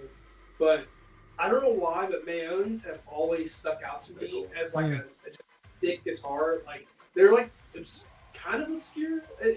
I see a lot of bigger artists playing them. Mm-hmm. But I would love, if I had to pick, I'd pick a Mayones. But otherwise, as of like the current state of the band, if Gallagher was like, hey, here's you pick a custom guitar, I'd be like, let's go. Yeah, our drummer has a Valley here, and it's super cool. We Yeah. use it to track everything. All the last new time. stuff. That's sick. Yeah. I am a live and die Ibanez boy, but I would also like love a Valley here too. Like if they were like, yeah, you know, we can get them, you know, whatever, I would heavily consider one. But if it's a dream, it's me getting a custom shop Ibanez Prestige, like baritone, reverse headstock, crackle paint job. I don't know what color yet. Probably blue. Maybe you like green. I don't know. But crackle paint job, one pickup. You know, for a live guitar, we're talking live guitar here. One pickup, one knob, pick guard. We were just having a conversation about this actually. Like, Yeah. I actually really like the neck pickup for doing cool like. I mean, I don't.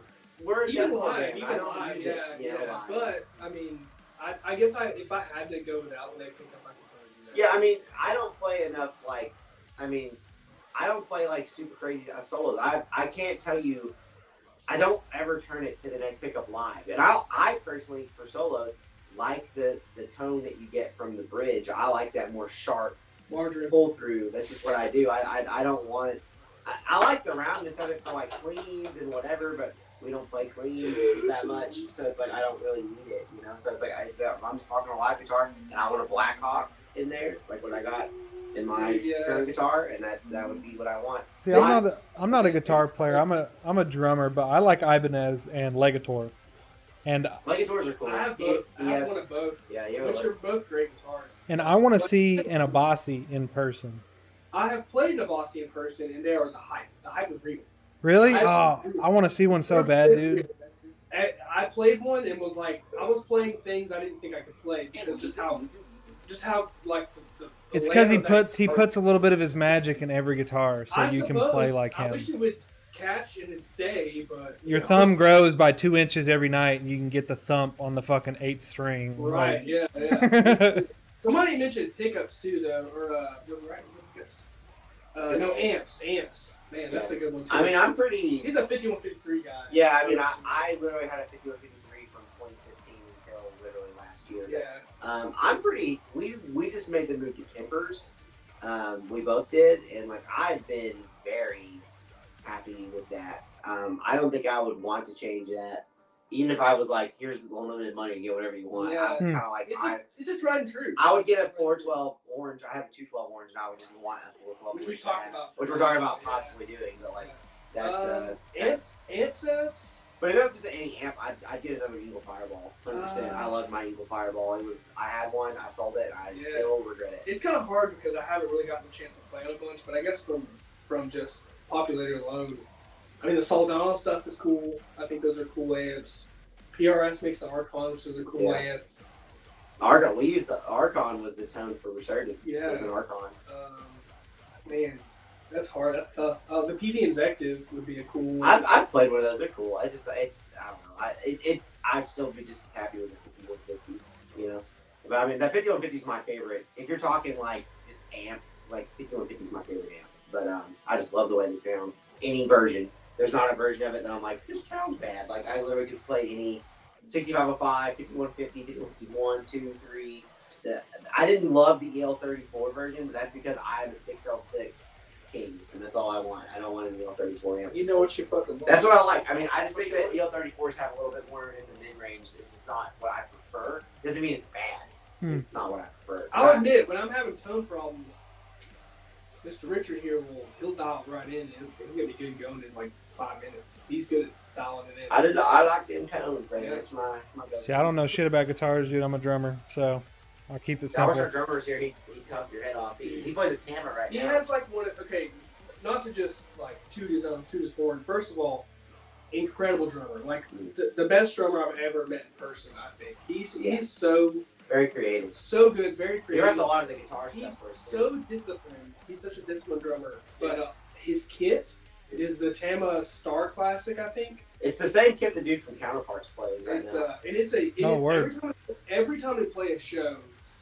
Not knocking on other bands we play with because they all sound great, but like his kit always stands out to me. Like, and a lot of that I'm sure has to do with his playing too, but overall, like he is just. And he also plays like really good cymbals. He got zildjians Yeah. and stuff. So I mean, Like that. he's really dialed in the sound. So like, this new record is actually the first record we've done real drums Live since the drums, first yeah. one.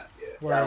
Which is exciting. it sounds incredible. Yeah. Like it just made and there were things that he changed from demo to the actual drums that we didn't know about until we got final mixes, and then we were like, holy crap, like holy shit, these changes have like changed this whole dynamic of this in such a better way. Like, and it's so that's another thing I'm really excited about that. It's like, it's just so easier now to like do the fake drums, since most people like replace stuff anyway. Not that we're above it. No, we're not above it. I mean, Mhm. that's literally sometimes what you have to do. But this was just budget wise. Sometimes you just can't do it. But we were able to budget in doing real drums this time, and it was huge. So, and that's the thing. Even if we program, he never programs anything he can't play. You know what I mean? Yeah. So that's the main thing. If you're lying to yourself when you program drums that you can't do, then you're lying to yourself. But like our drummer really went out of his way to like make the program drums, which we were all very happy with, sounded really real. That when we recorded to, we recorded all the guitars of that, and then he did real drums at the end, and we were like, my God, this is like Insane, yeah. Completely insane. changed. Yeah, his snare sounds incredible too. Yeah, whoever said that, like he has a great snare. I mean, it's awesome. If I don't have my plugs in, my earplugs in, or if I actually hits his snare, it is like jarring. That's good. That's exactly what you want. You want to bust Yeah. eardrums with your fucking snare. Yeah, incredible drum. I've only got one more real question for you guys. So if anybody else that's watching has another question or two, we can do those before I ask the last one, because we're about finished up. I don't want to keep y'all here for fucking ever. We're about finished up. Man, we're hanging out. We're hanging out. No, hey, we're chilling. I'm, taking some sips, but we're good. I also want to mention I could not get that thing that you guys had sent me That's working, so I'll just post it. I wasn't prepared for it, quite frankly. That video is sick. Favorite drink? I'm a Coke boy. I drink Coca-Cola. It's my only. Oh, vice. you're a Coke guy? Come on, man. I don't drink alcohol really. I will. I'm not like a bud guy. I'm not like these boys. I'm like, Thanks, Brandon. It's not me. But I don't smoke. I mean, Coca-Cola. Like I drink way too many a day. Like it's terrible for me, and I need to stop. I know this is like the lame answer, but water straight up is like. I fucking love it. That's the answer I would expect you to say, Fred. That's why. Hey. And he wonders why we don't like the hazing is never. The stopped. hazing will never end, and honestly, as long as I can He love deserves water the way I want to, I'm fine with it. Average Final Fantasy player. Honestly, yeah. Drink. No, it's Bland. okay though. Water is good. Drink more What water. is favorite Final Fantasy? Final Fantasy. You know, yeah, my whole arm is dedicated to it. I've got like all Final Fantasy X stuff. It's cool. No, drink more water. Everybody needs to drink more water. I get it. It's okay. That's a fact. I've just started drinking water again, like a gallon a day. My headaches have reduced. Drink more water. People don't Yeah. do that enough. Agreed. Someone asked how many new songs on the new EP. So it's an EP, so it means it's not a ton of songs. Unfortunately, I wish we could be giving you guys like 12 new songs or something, but that just wasn't possible. But it's 4 actual songs, and then there's an intro. Which the intro is music, but it's not. Honestly, the intro and the first song are one song. Yeah, they kind of go into flow and So shit really well. we want to be able to like not have to play the first part if we don't want to. So Yeah. like we split it up. But yeah, it's 5 tracks total. Also, Josh says his favorite drink is Mad Dog. Yes, it His is. favorite drink is Mad Dog. That's a joke. Josh is not allowed to drink Mad Dog. What the fuck is Mad Dog? It's a shitty gas station like liquor, like 40 kind of. Oh, let's go. Kind of like a Johnny Bootlegger type deal. Yeah. And, like, Nice. Josh used to like roll the hills of Kentucky back in the day. So if we play in Kentucky ever, you have to keep an eye on him. He'll be going to the gas station getting some Mad Dogs. Nah, man, he wasn't. And I'll find him shirtless somewhere, and I'll be like, Josh, you start playing He's that. the maker of the gods. Nah, Panda. I wish you were here a couple days ago when I was with Imperiton, bro. We were talking about fucking Steel Reserve, those blue spikes you get from the gas station, bro. No. Those things were so good. I don't care what the fuck Fuck. y'all say. Pay like $1 and you get 9%, dude. Christ. Those were the Somebody said best. recommended things to do in C in Knoxville. I just got here. So it's. I mean, Richie would probably. He's been here longer than It anybody. just depends on what you want to do. I mean, Yeah. Knoxville has just about everything, but I mean, there's lakes, there's, we're right next to Dollywood, there's like, Yeah. I mean, if you're me and a nerd, I mean, there's like some cool stores, comic stores and stuff like that, but like, it just depends on what you're, really just depends on what you do. You could do anything here. There's like, Restaurant wise, I can't say enough about. There's a German place here called Schultzbräu. Very, very good. yeah, the Schultzbräu. Right? It's like a castle. It's really Yeah. cool. I mean, That's we have a cool. Yeehaw now, which is cool. Yeehaw's I haven't all been we there have a yet. ton of really A cool lot of breweries here. Yeah, We're basically becoming another Charlotte. Carm, right? Carm is like a thing around here that's Yeah. not anywhere else. Which I know sounds like a silly answer, but Yeah, I didn't know. it's like a Goodwill local Goodwill, Yeah. but they really Oh, word. build up on what they have. Yeah, it's like a bougie, like bougie. Yeah, bougie Goodwill. Yeah, bougie Goodwill. That's tough. I mean, obviously we're a college town, so we have all the college towns. Yeah. Eighth place. Dude, eighth place underrated. That's our hook. That's where we go. We go eat. Anytime we have to. We're the only have time like we've been recognized. They recognized the both of us. Yeah. we anytime we have like an outing where we all just get together, we go to Peyton's place, which is off It's off of Merchants. Merchants, I guess. Yeah, Merchants. That's a good one. Do you guys normally start with the lyrics when I was going to ask that too, yeah. the instrumental first?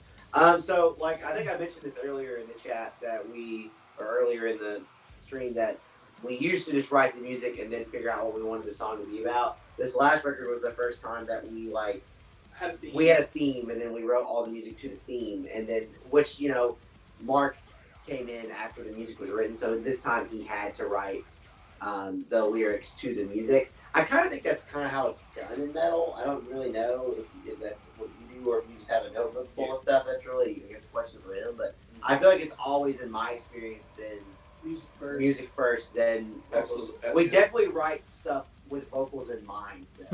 Like when we write parts, we'll be like, this is kind of what we, and we'll tell him that, not to take away any power from him, but there'll be times where we're like, we really envisioned this when we were writing this, and usually doesn't always. I'm not literally, honestly, if you want a real thing, we demoed a lot of vocals when Mark first joined the band. Basically, it's kind of like a let's see what he can do on our music kind of thing, blah blah blah. Yeah. And we had some because we didn't have vocals at the time. Our drummer and I had pretty much been like, this is what we want. This is it. This is what we want.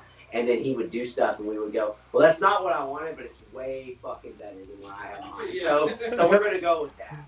So that was definitely the main experience of tracking just demo vocals with Mark, was him doing stuff and me going, good. There's a follow. It says, okay, so follow to that. How do you decide what sound matches the theme? I don't know. What do you mean? I don't. I mean, I guess I'm interpreting that as like, more like. Sorry, this is dying.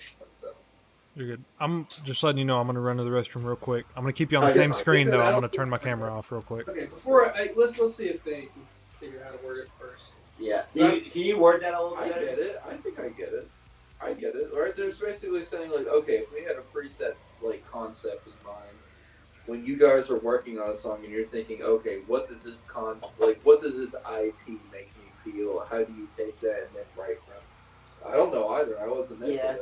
So. Well, I'll say this. I write a bunch of stuff, like, we wrote a bunch of stuff, basically, like, I had, like, we're renowned for writing some riffs, right? And then they go in the drive, and it's like, here's a riff. And then we will, like, be talking about, like, conceptually, like, it depends, right? If we're doing a single, then it's just about that one song. If we're doing a record, then, like, well, this is kind of how we want it to flow. And then we'll bounce the ideas of how we want it to start, how we want it to end, this, that, and the other. So, like, for this particular record example, we had the intro of the album. It was already written by our drummer. He wrote the whole thing, and then he had sent it to me. I said, well, I want that to start the record. And he was like, okay, cool. And it was just a thing he wrote.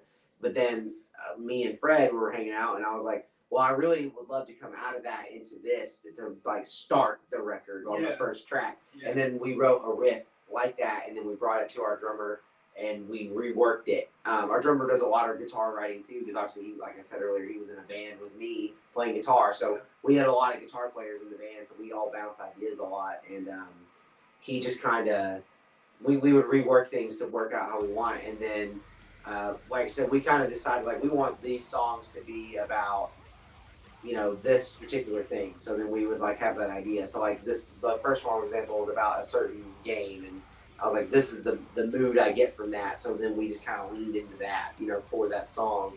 And then the rest of them, as we were writing them, we were like, yeah, this is what we want them to sound like, or the idea. We also try to keep them different, different enough to where they're not, you don't want to have the same song 4 times on record. So it's like, sometimes you got to look back and be like, oh, we've already kind of scratched that idea. Yeah, I really think that we did a good job at every song on this EP feeling pretty damn different. I agree. Everyone has a totally different vibe. I like how they kind of refer to each other each too. Right. There's still little sections that the you're correlation like, oh, I hear is this kind of insane, it's but cool. it's for you, given that they literally sound nothing.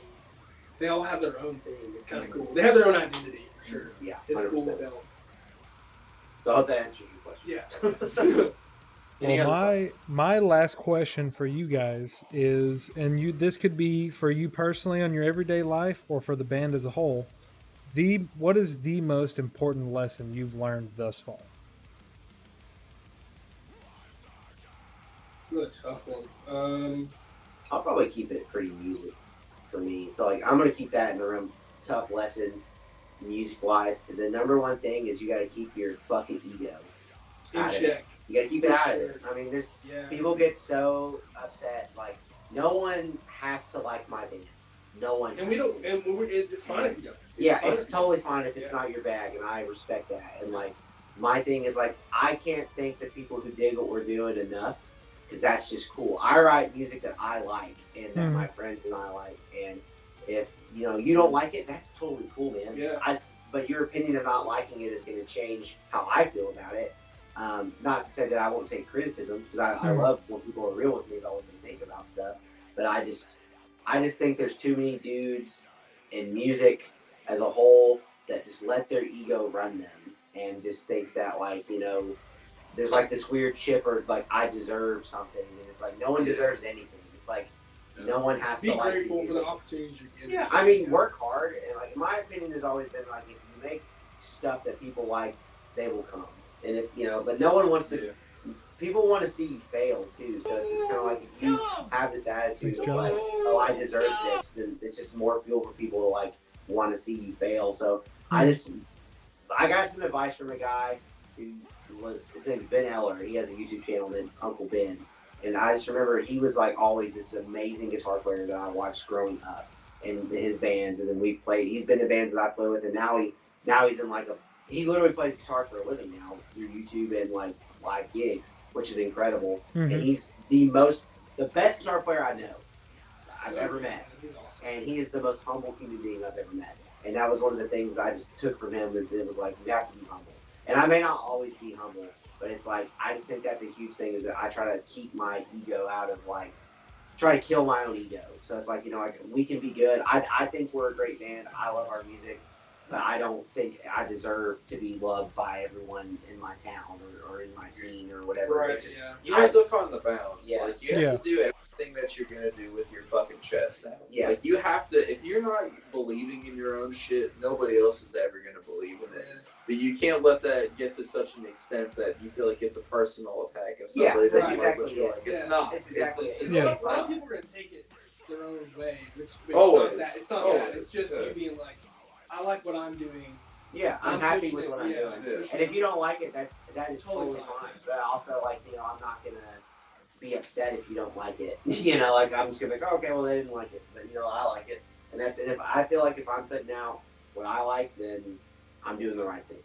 I think For sure. a more general answer from my perspective, a lesson, I guess you could say. I think was the question right? It was like, what's the lesson? Yes. Yeah. Something I've learned hard about being in a band is balancing my time in general.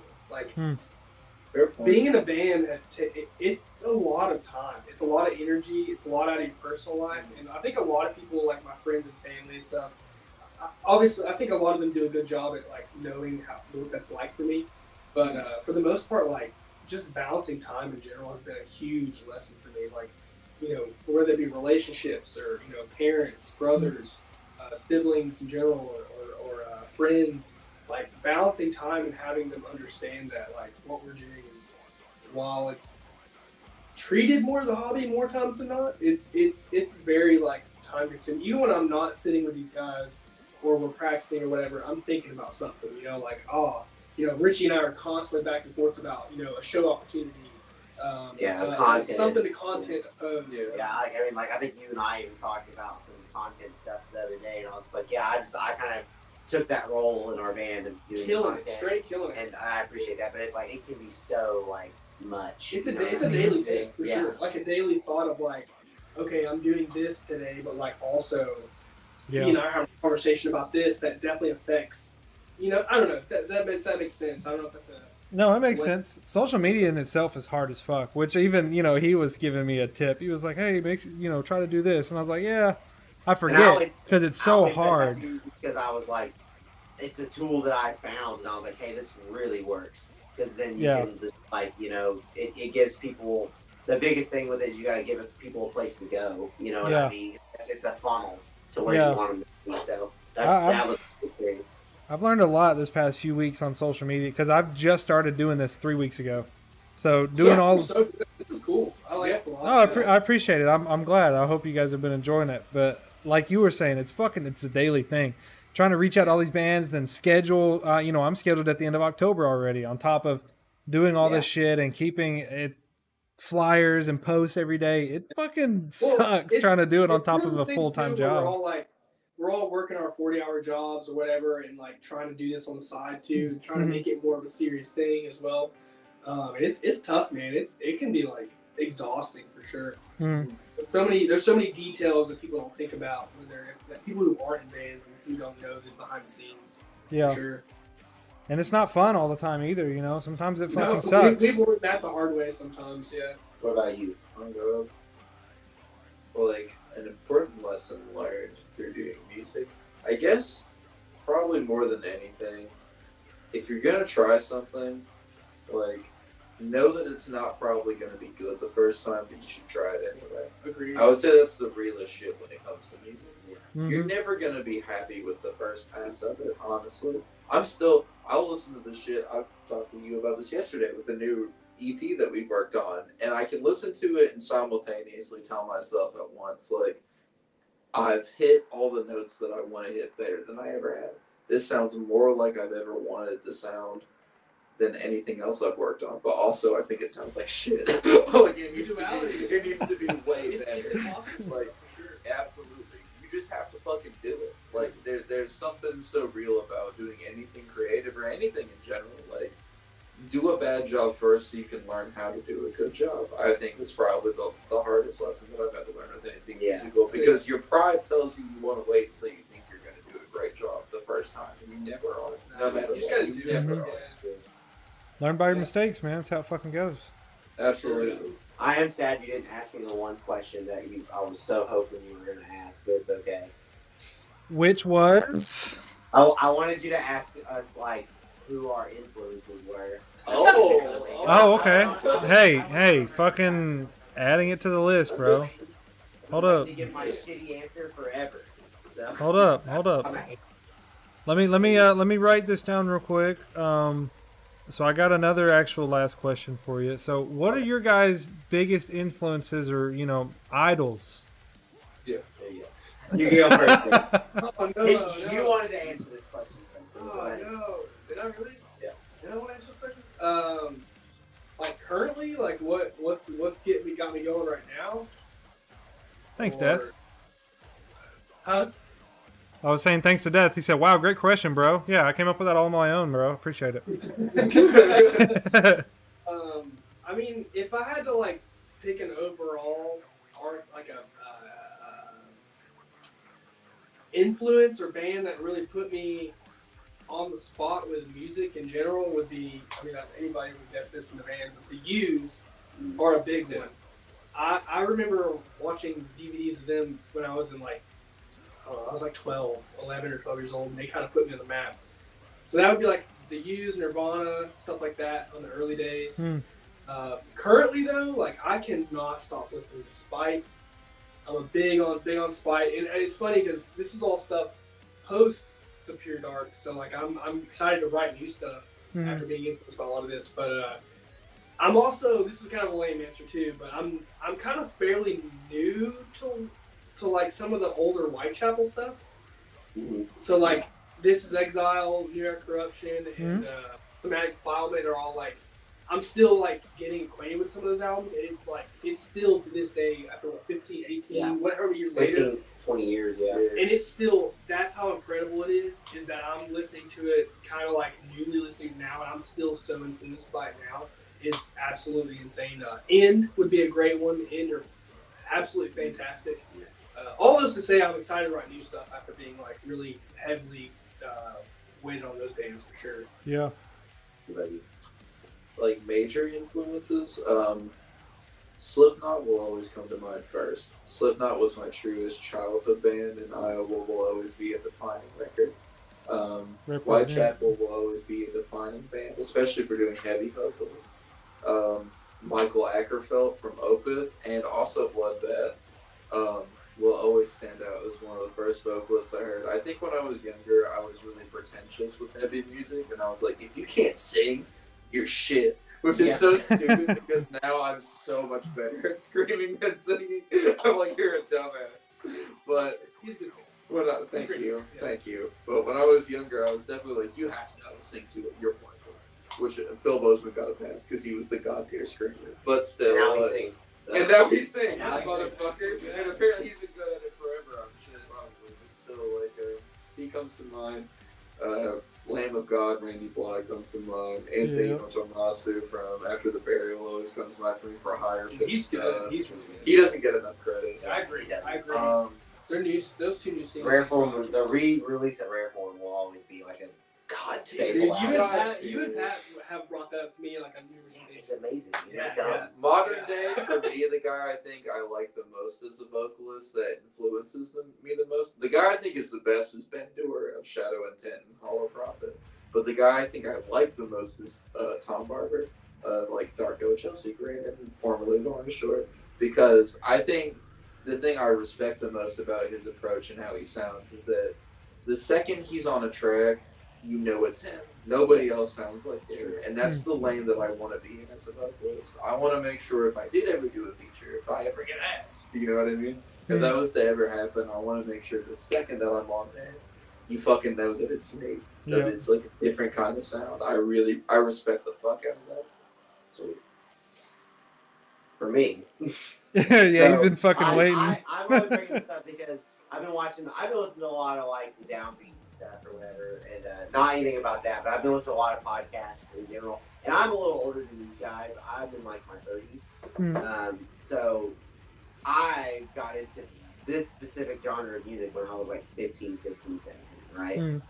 And I just get really tired of seeing guys my age being like, oh yeah, man, I'm a huge Madball, like all these 80s fucking bands. I'm like, stop fucking lying to me and tell me that when we were 17 and 18 that you weren't like Whitechapel, Suicide Silence, fucking, all those bands, like, and like for me, like, because I mean for deathcore, like Whitechapel, I wasn't the big huge Suicide Silence guy, but like Whitechapel was huge for me. The Black Dahlia Murder, Between the Baron and Me, Spies Icon, but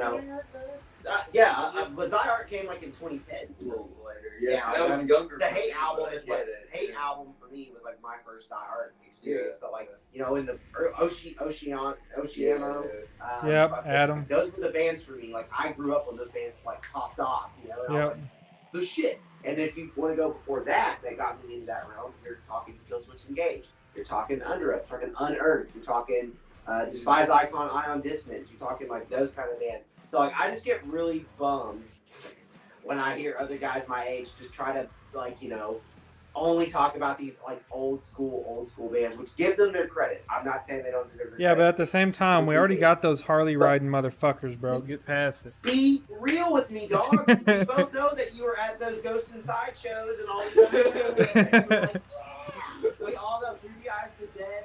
Like we lived it. We lived it. Look at me now. We lived it. Start admitting it to yourself. It's just like how everybody now is like, see right now, everybody's like, oh yeah, I loved My Chemical Romance, and I love this. You weren't saying that to me. Like, you were literally like, no, I hated that band in high school, but you loved it, and you loved it. And like, and guess what? You're a liar. You're a liar in your soul. And just be real with yourself. You loved Whitechapel in 2007, and you still probably like those albums, but you just don't want to admit it.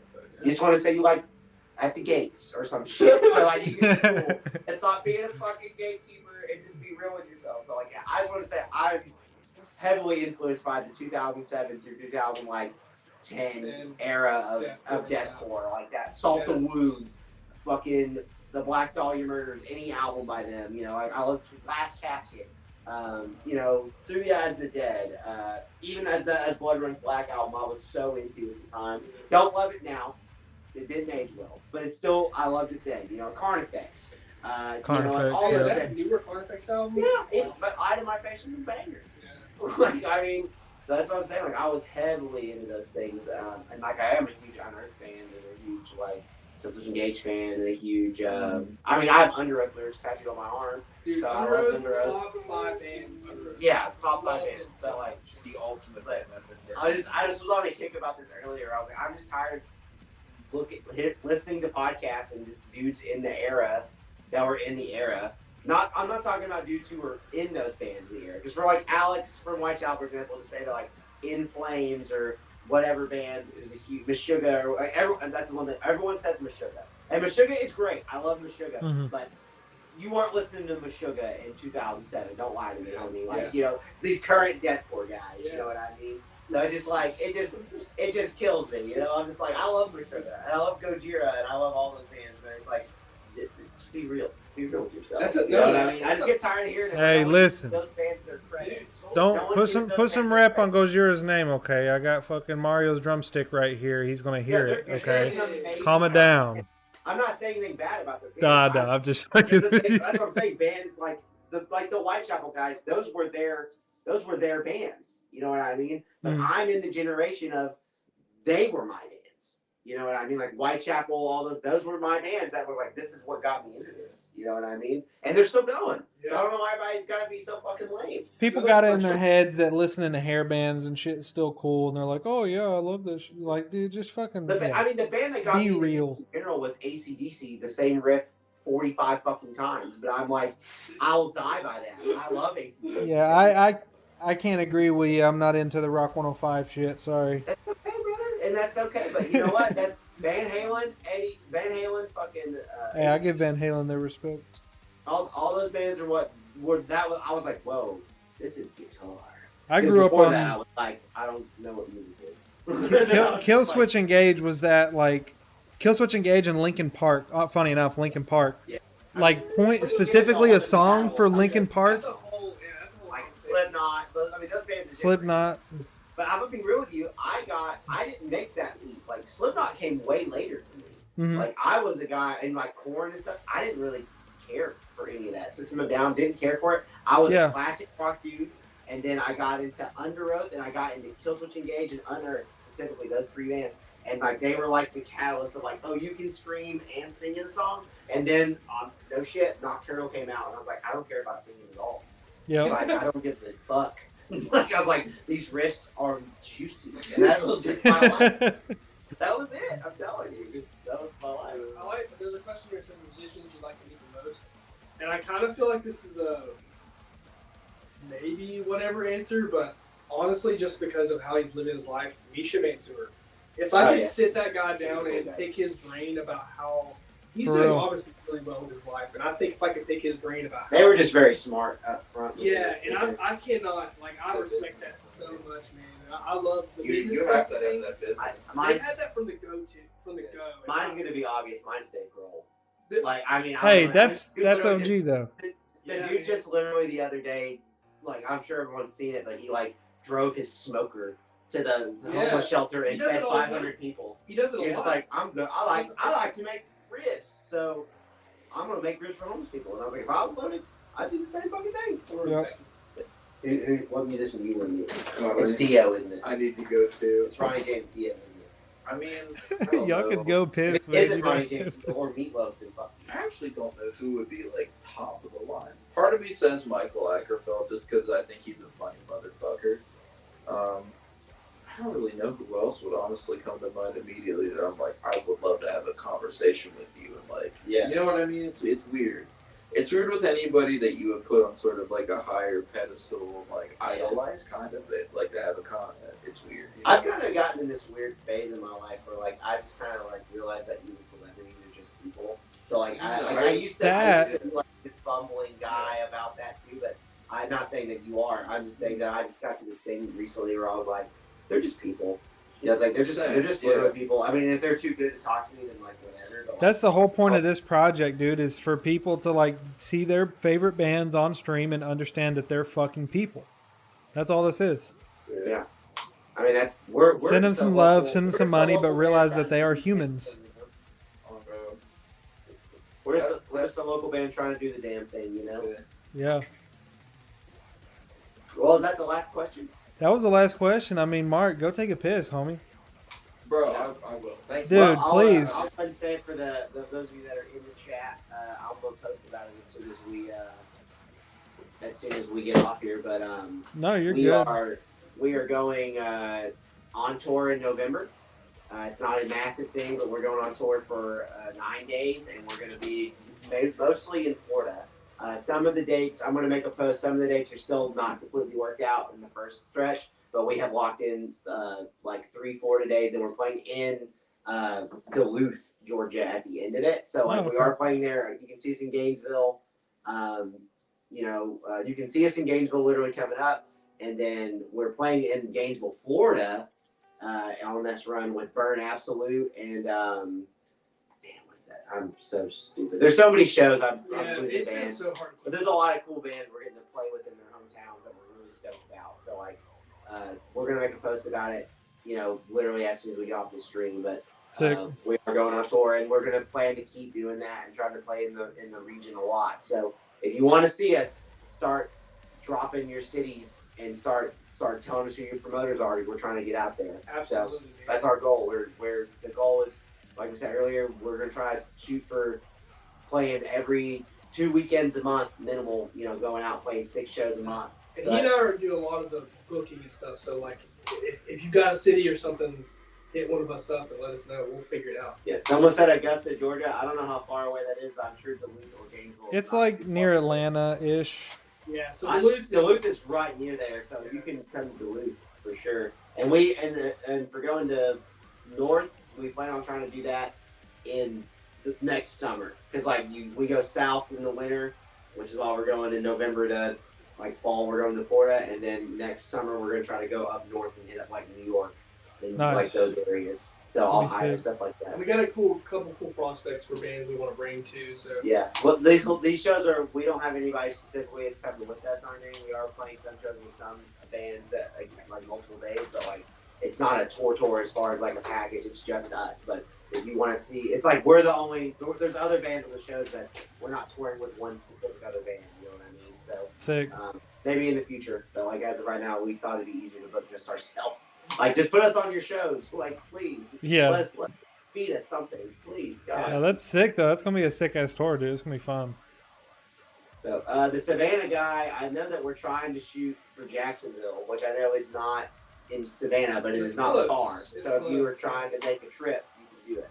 Yeah. So, but just look out for the post, and we'll be announcing those days. So I'm in North Georgia too. Shit. But yeah, boys, that's all I fucking got for you. I wish I could have got the video playing. I didn't expect it, so my bad. It was a last minute thing I came up with today, and I was like, oh, maybe we could Yeah, no, it's good. It's all. I would have liked to play it, but it's all good. But guys, seriously, thank you so much for hanging out. I had wanted to talk to y'all for fucking ever, because I've been listening to your music since you started making music as a band. So it was really sick to have you guys on here and kind of talk one-on-one in a way. So thank you guys for hanging out, and thank you for everybody coming by and stopping by. I'm gonna stick by for another few minutes on my ending screen and kind of talk about my schedule coming up. But if you guys want to hop out of here, man, I really appreciate you guys stopping by, and hopefully can have you guys back on here, when y'all are done with your tours eventually.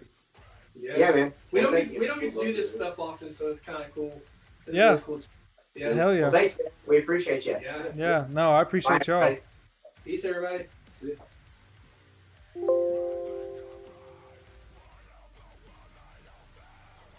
Sick. That was awesome. Very glad I got to talk to those guys. I've been waiting to talk to them for fucking ever, man. But yeah, I appreciate everybody stopping by. If you guys kind of like this idea of, content, entertainment, I've got all of September booked, and I've got almost all of October booked already. I got Archaic coming tomorrow night. Casket Robbery, Trey Purdue from Of Sulfur, and Worm Shepherd is going to be here on the 13th. Vilt, Suntorn, In Gloom, Sailing Before the Wind, Dissonation, blah, blah, blah, October, The Voynich Code, Bone Carver. I got everything, man. So if you guys want to go check out my Instagram, The Metal Apothecary, that's where my schedule's posted. That's where you guys can go check that out and look at dates, look at names. And, I post stuff during and after streams as well, just kind of pictures with the boys. So, yeah, I appreciate you guys hanging out and coming by for a few minutes. So I hope to see y'all at some other streams, and we'll have the guild back hopefully soon. So thanks everybody for stopping by. I appreciate it.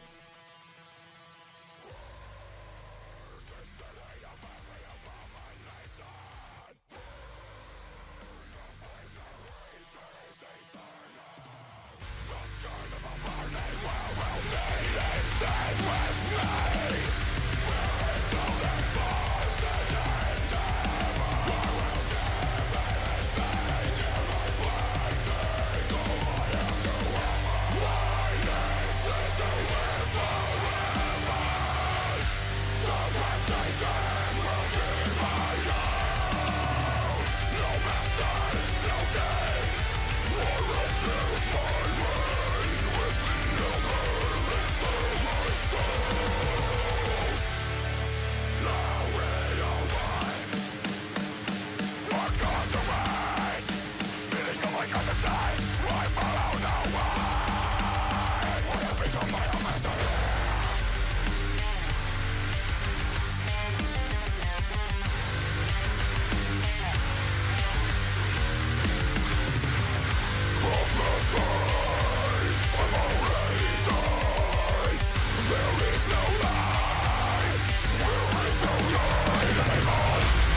know I got you.